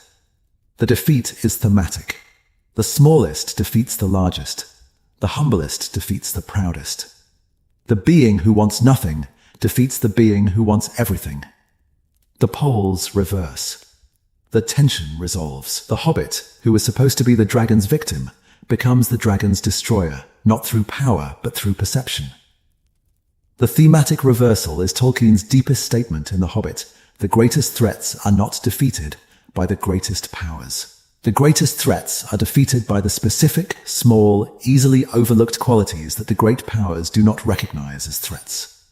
The dragon is defeated by a hobbit's eyes. The most devastating creature in the Third Age is brought down by a detail that a small person noticed in the dark.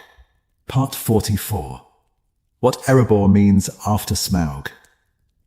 Erebor after Smaug is a different kind of kingdom. The mountain is the same. The treasure is the same. But the meaning of the place has been permanently altered by the 2 centuries of dragon occupation. Erebor before Smaug was a symbol of dwarvish achievement.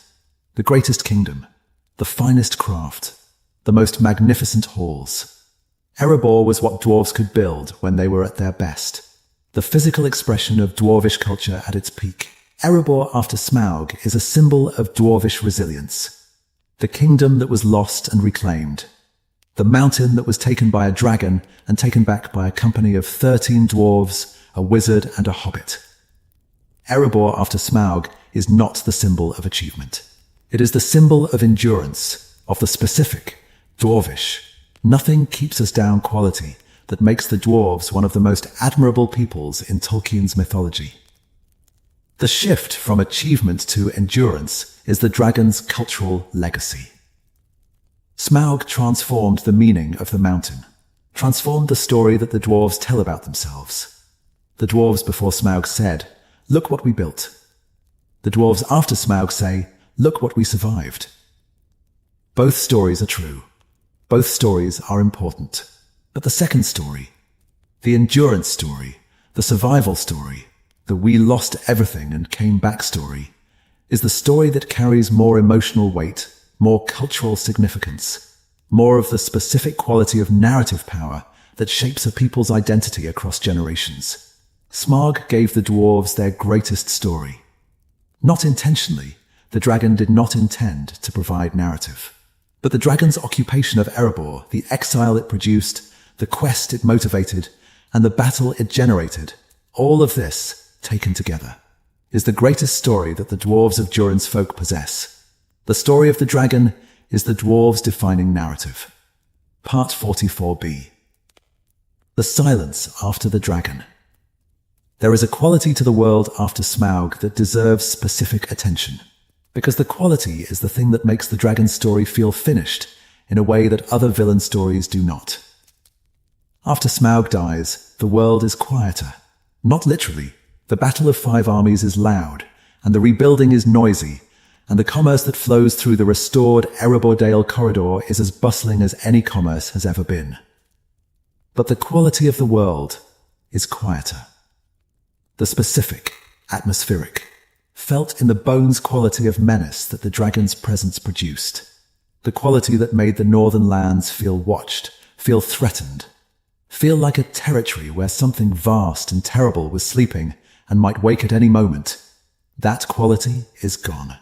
The silence is the dragon's absence made atmospheric. The dragon is no longer sleeping in the mountain. The fire is no longer banked in the dark. The vast, gold-counting cup missing, detecting awareness, is no longer monitoring the treasure. The specific quality of dread that the dragon's existence maintained, the dread that Laketown felt, that Dale's survivors carried, that the dwarves of Erebor never forgot. The dread is over. The peoples of the north have to learn to live without the dread. The communities that organized their lives around the dragon, that built on water because of the dragon, that traded in low capital goods because of the dragon, that maintained escape routes and emergency preparations because of the dragon, those communities must now reorganize, must learn to build on land, must learn to invest in permanent infrastructure, must learn the specific, unfamiliar, almost disorienting quality of living without the threat that has defined their existence for 2 centuries. The silence is freedom. The silence is also loss, the loss of the organizing principle, the loss of the thing to fear that gave the community's preparedness its purpose and the community's solidarity its foundation. A community defined by shared dread loses its definition when the dread is removed. The removal is liberation. The removal is also disorientation. The peoples adapt. The peoples always adapt. But the adaptation, the slow, generational, institution by institution process of rebuilding a culture around something other than fear, takes time, takes decades, takes the specific quality of patient, unglamorous, nobody writes songs about it work that converts a post-catastrophe community into a thriving community. The silence after the dragon is the sound of normalcy returning. Normalcy is quieter than catastrophe. Normalcy is less dramatic than dragonfire. Normalcy is the specific, unheroic, deeply valuable quality of ordinary life that the dragon's presence prevented and that the dragon's death makes possible again. The silence is the dragon's greatest gift, not the treasure. The treasure was the dwarves to begin with. The silence, the absence of the dread, the removal of the fire from the mountain and the fear from the air, the specific, atmospheric, felt in the bones quality of we are safe now, that the dragon's death produces, and that the peoples of the north will spend generations learning to inhabit. Heart 45. The fire goes out. Here is the image I want to leave you with. The long lake, night, the water still. The fires of Laketown dying, the last embers of the buildings that the dragon burned, the last orange glow fading from the surface of the water. Beneath the surface, Smaug. The vast body sinking, the fire in the belly finally extinguished. The scales that glittered like 1,000 diamonds in the firelight are dark now, are just scales, just armor, just the protective covering of a being that no longer needs protection. The dragon's eyes are open. The eyes that burned like furnaces are dark. The eyes that saw every piece of the hoard, that counted every coin, that detected the missing cup from a treasury of millions, those eyes see nothing now. The water fills them. The darkness covers them. The specific, terrifying quality of the dragon's gaze, the gaze that made Bilbo tremble, that made Laketown burn, that made the world smaller because the dragon's eyes were watching. That gaze is extinguished. The fire goes out. The fire that Morgoth bred into the dragons of the First Age. The fire that burned through Glorong, through Ancalagon, through the long lineage of fire drakes that carried the Dark Lord's destruction across the ages. That fire goes out in the cold water of the Long Lake. No more fire. No more dragons. The last of the great fire drakes is dead.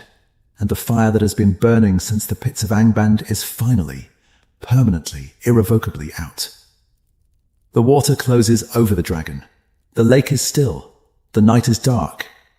And in the Shire, hundreds of miles away, unaware of the dragon's death, unaware of the arrow and the lake and the fire going out, a hobbit named Bilbo Baggins sits in Bag End with a small gold ring in his pocket, and a story to tell and no idea that the ring is more dangerous than the dragon ever was.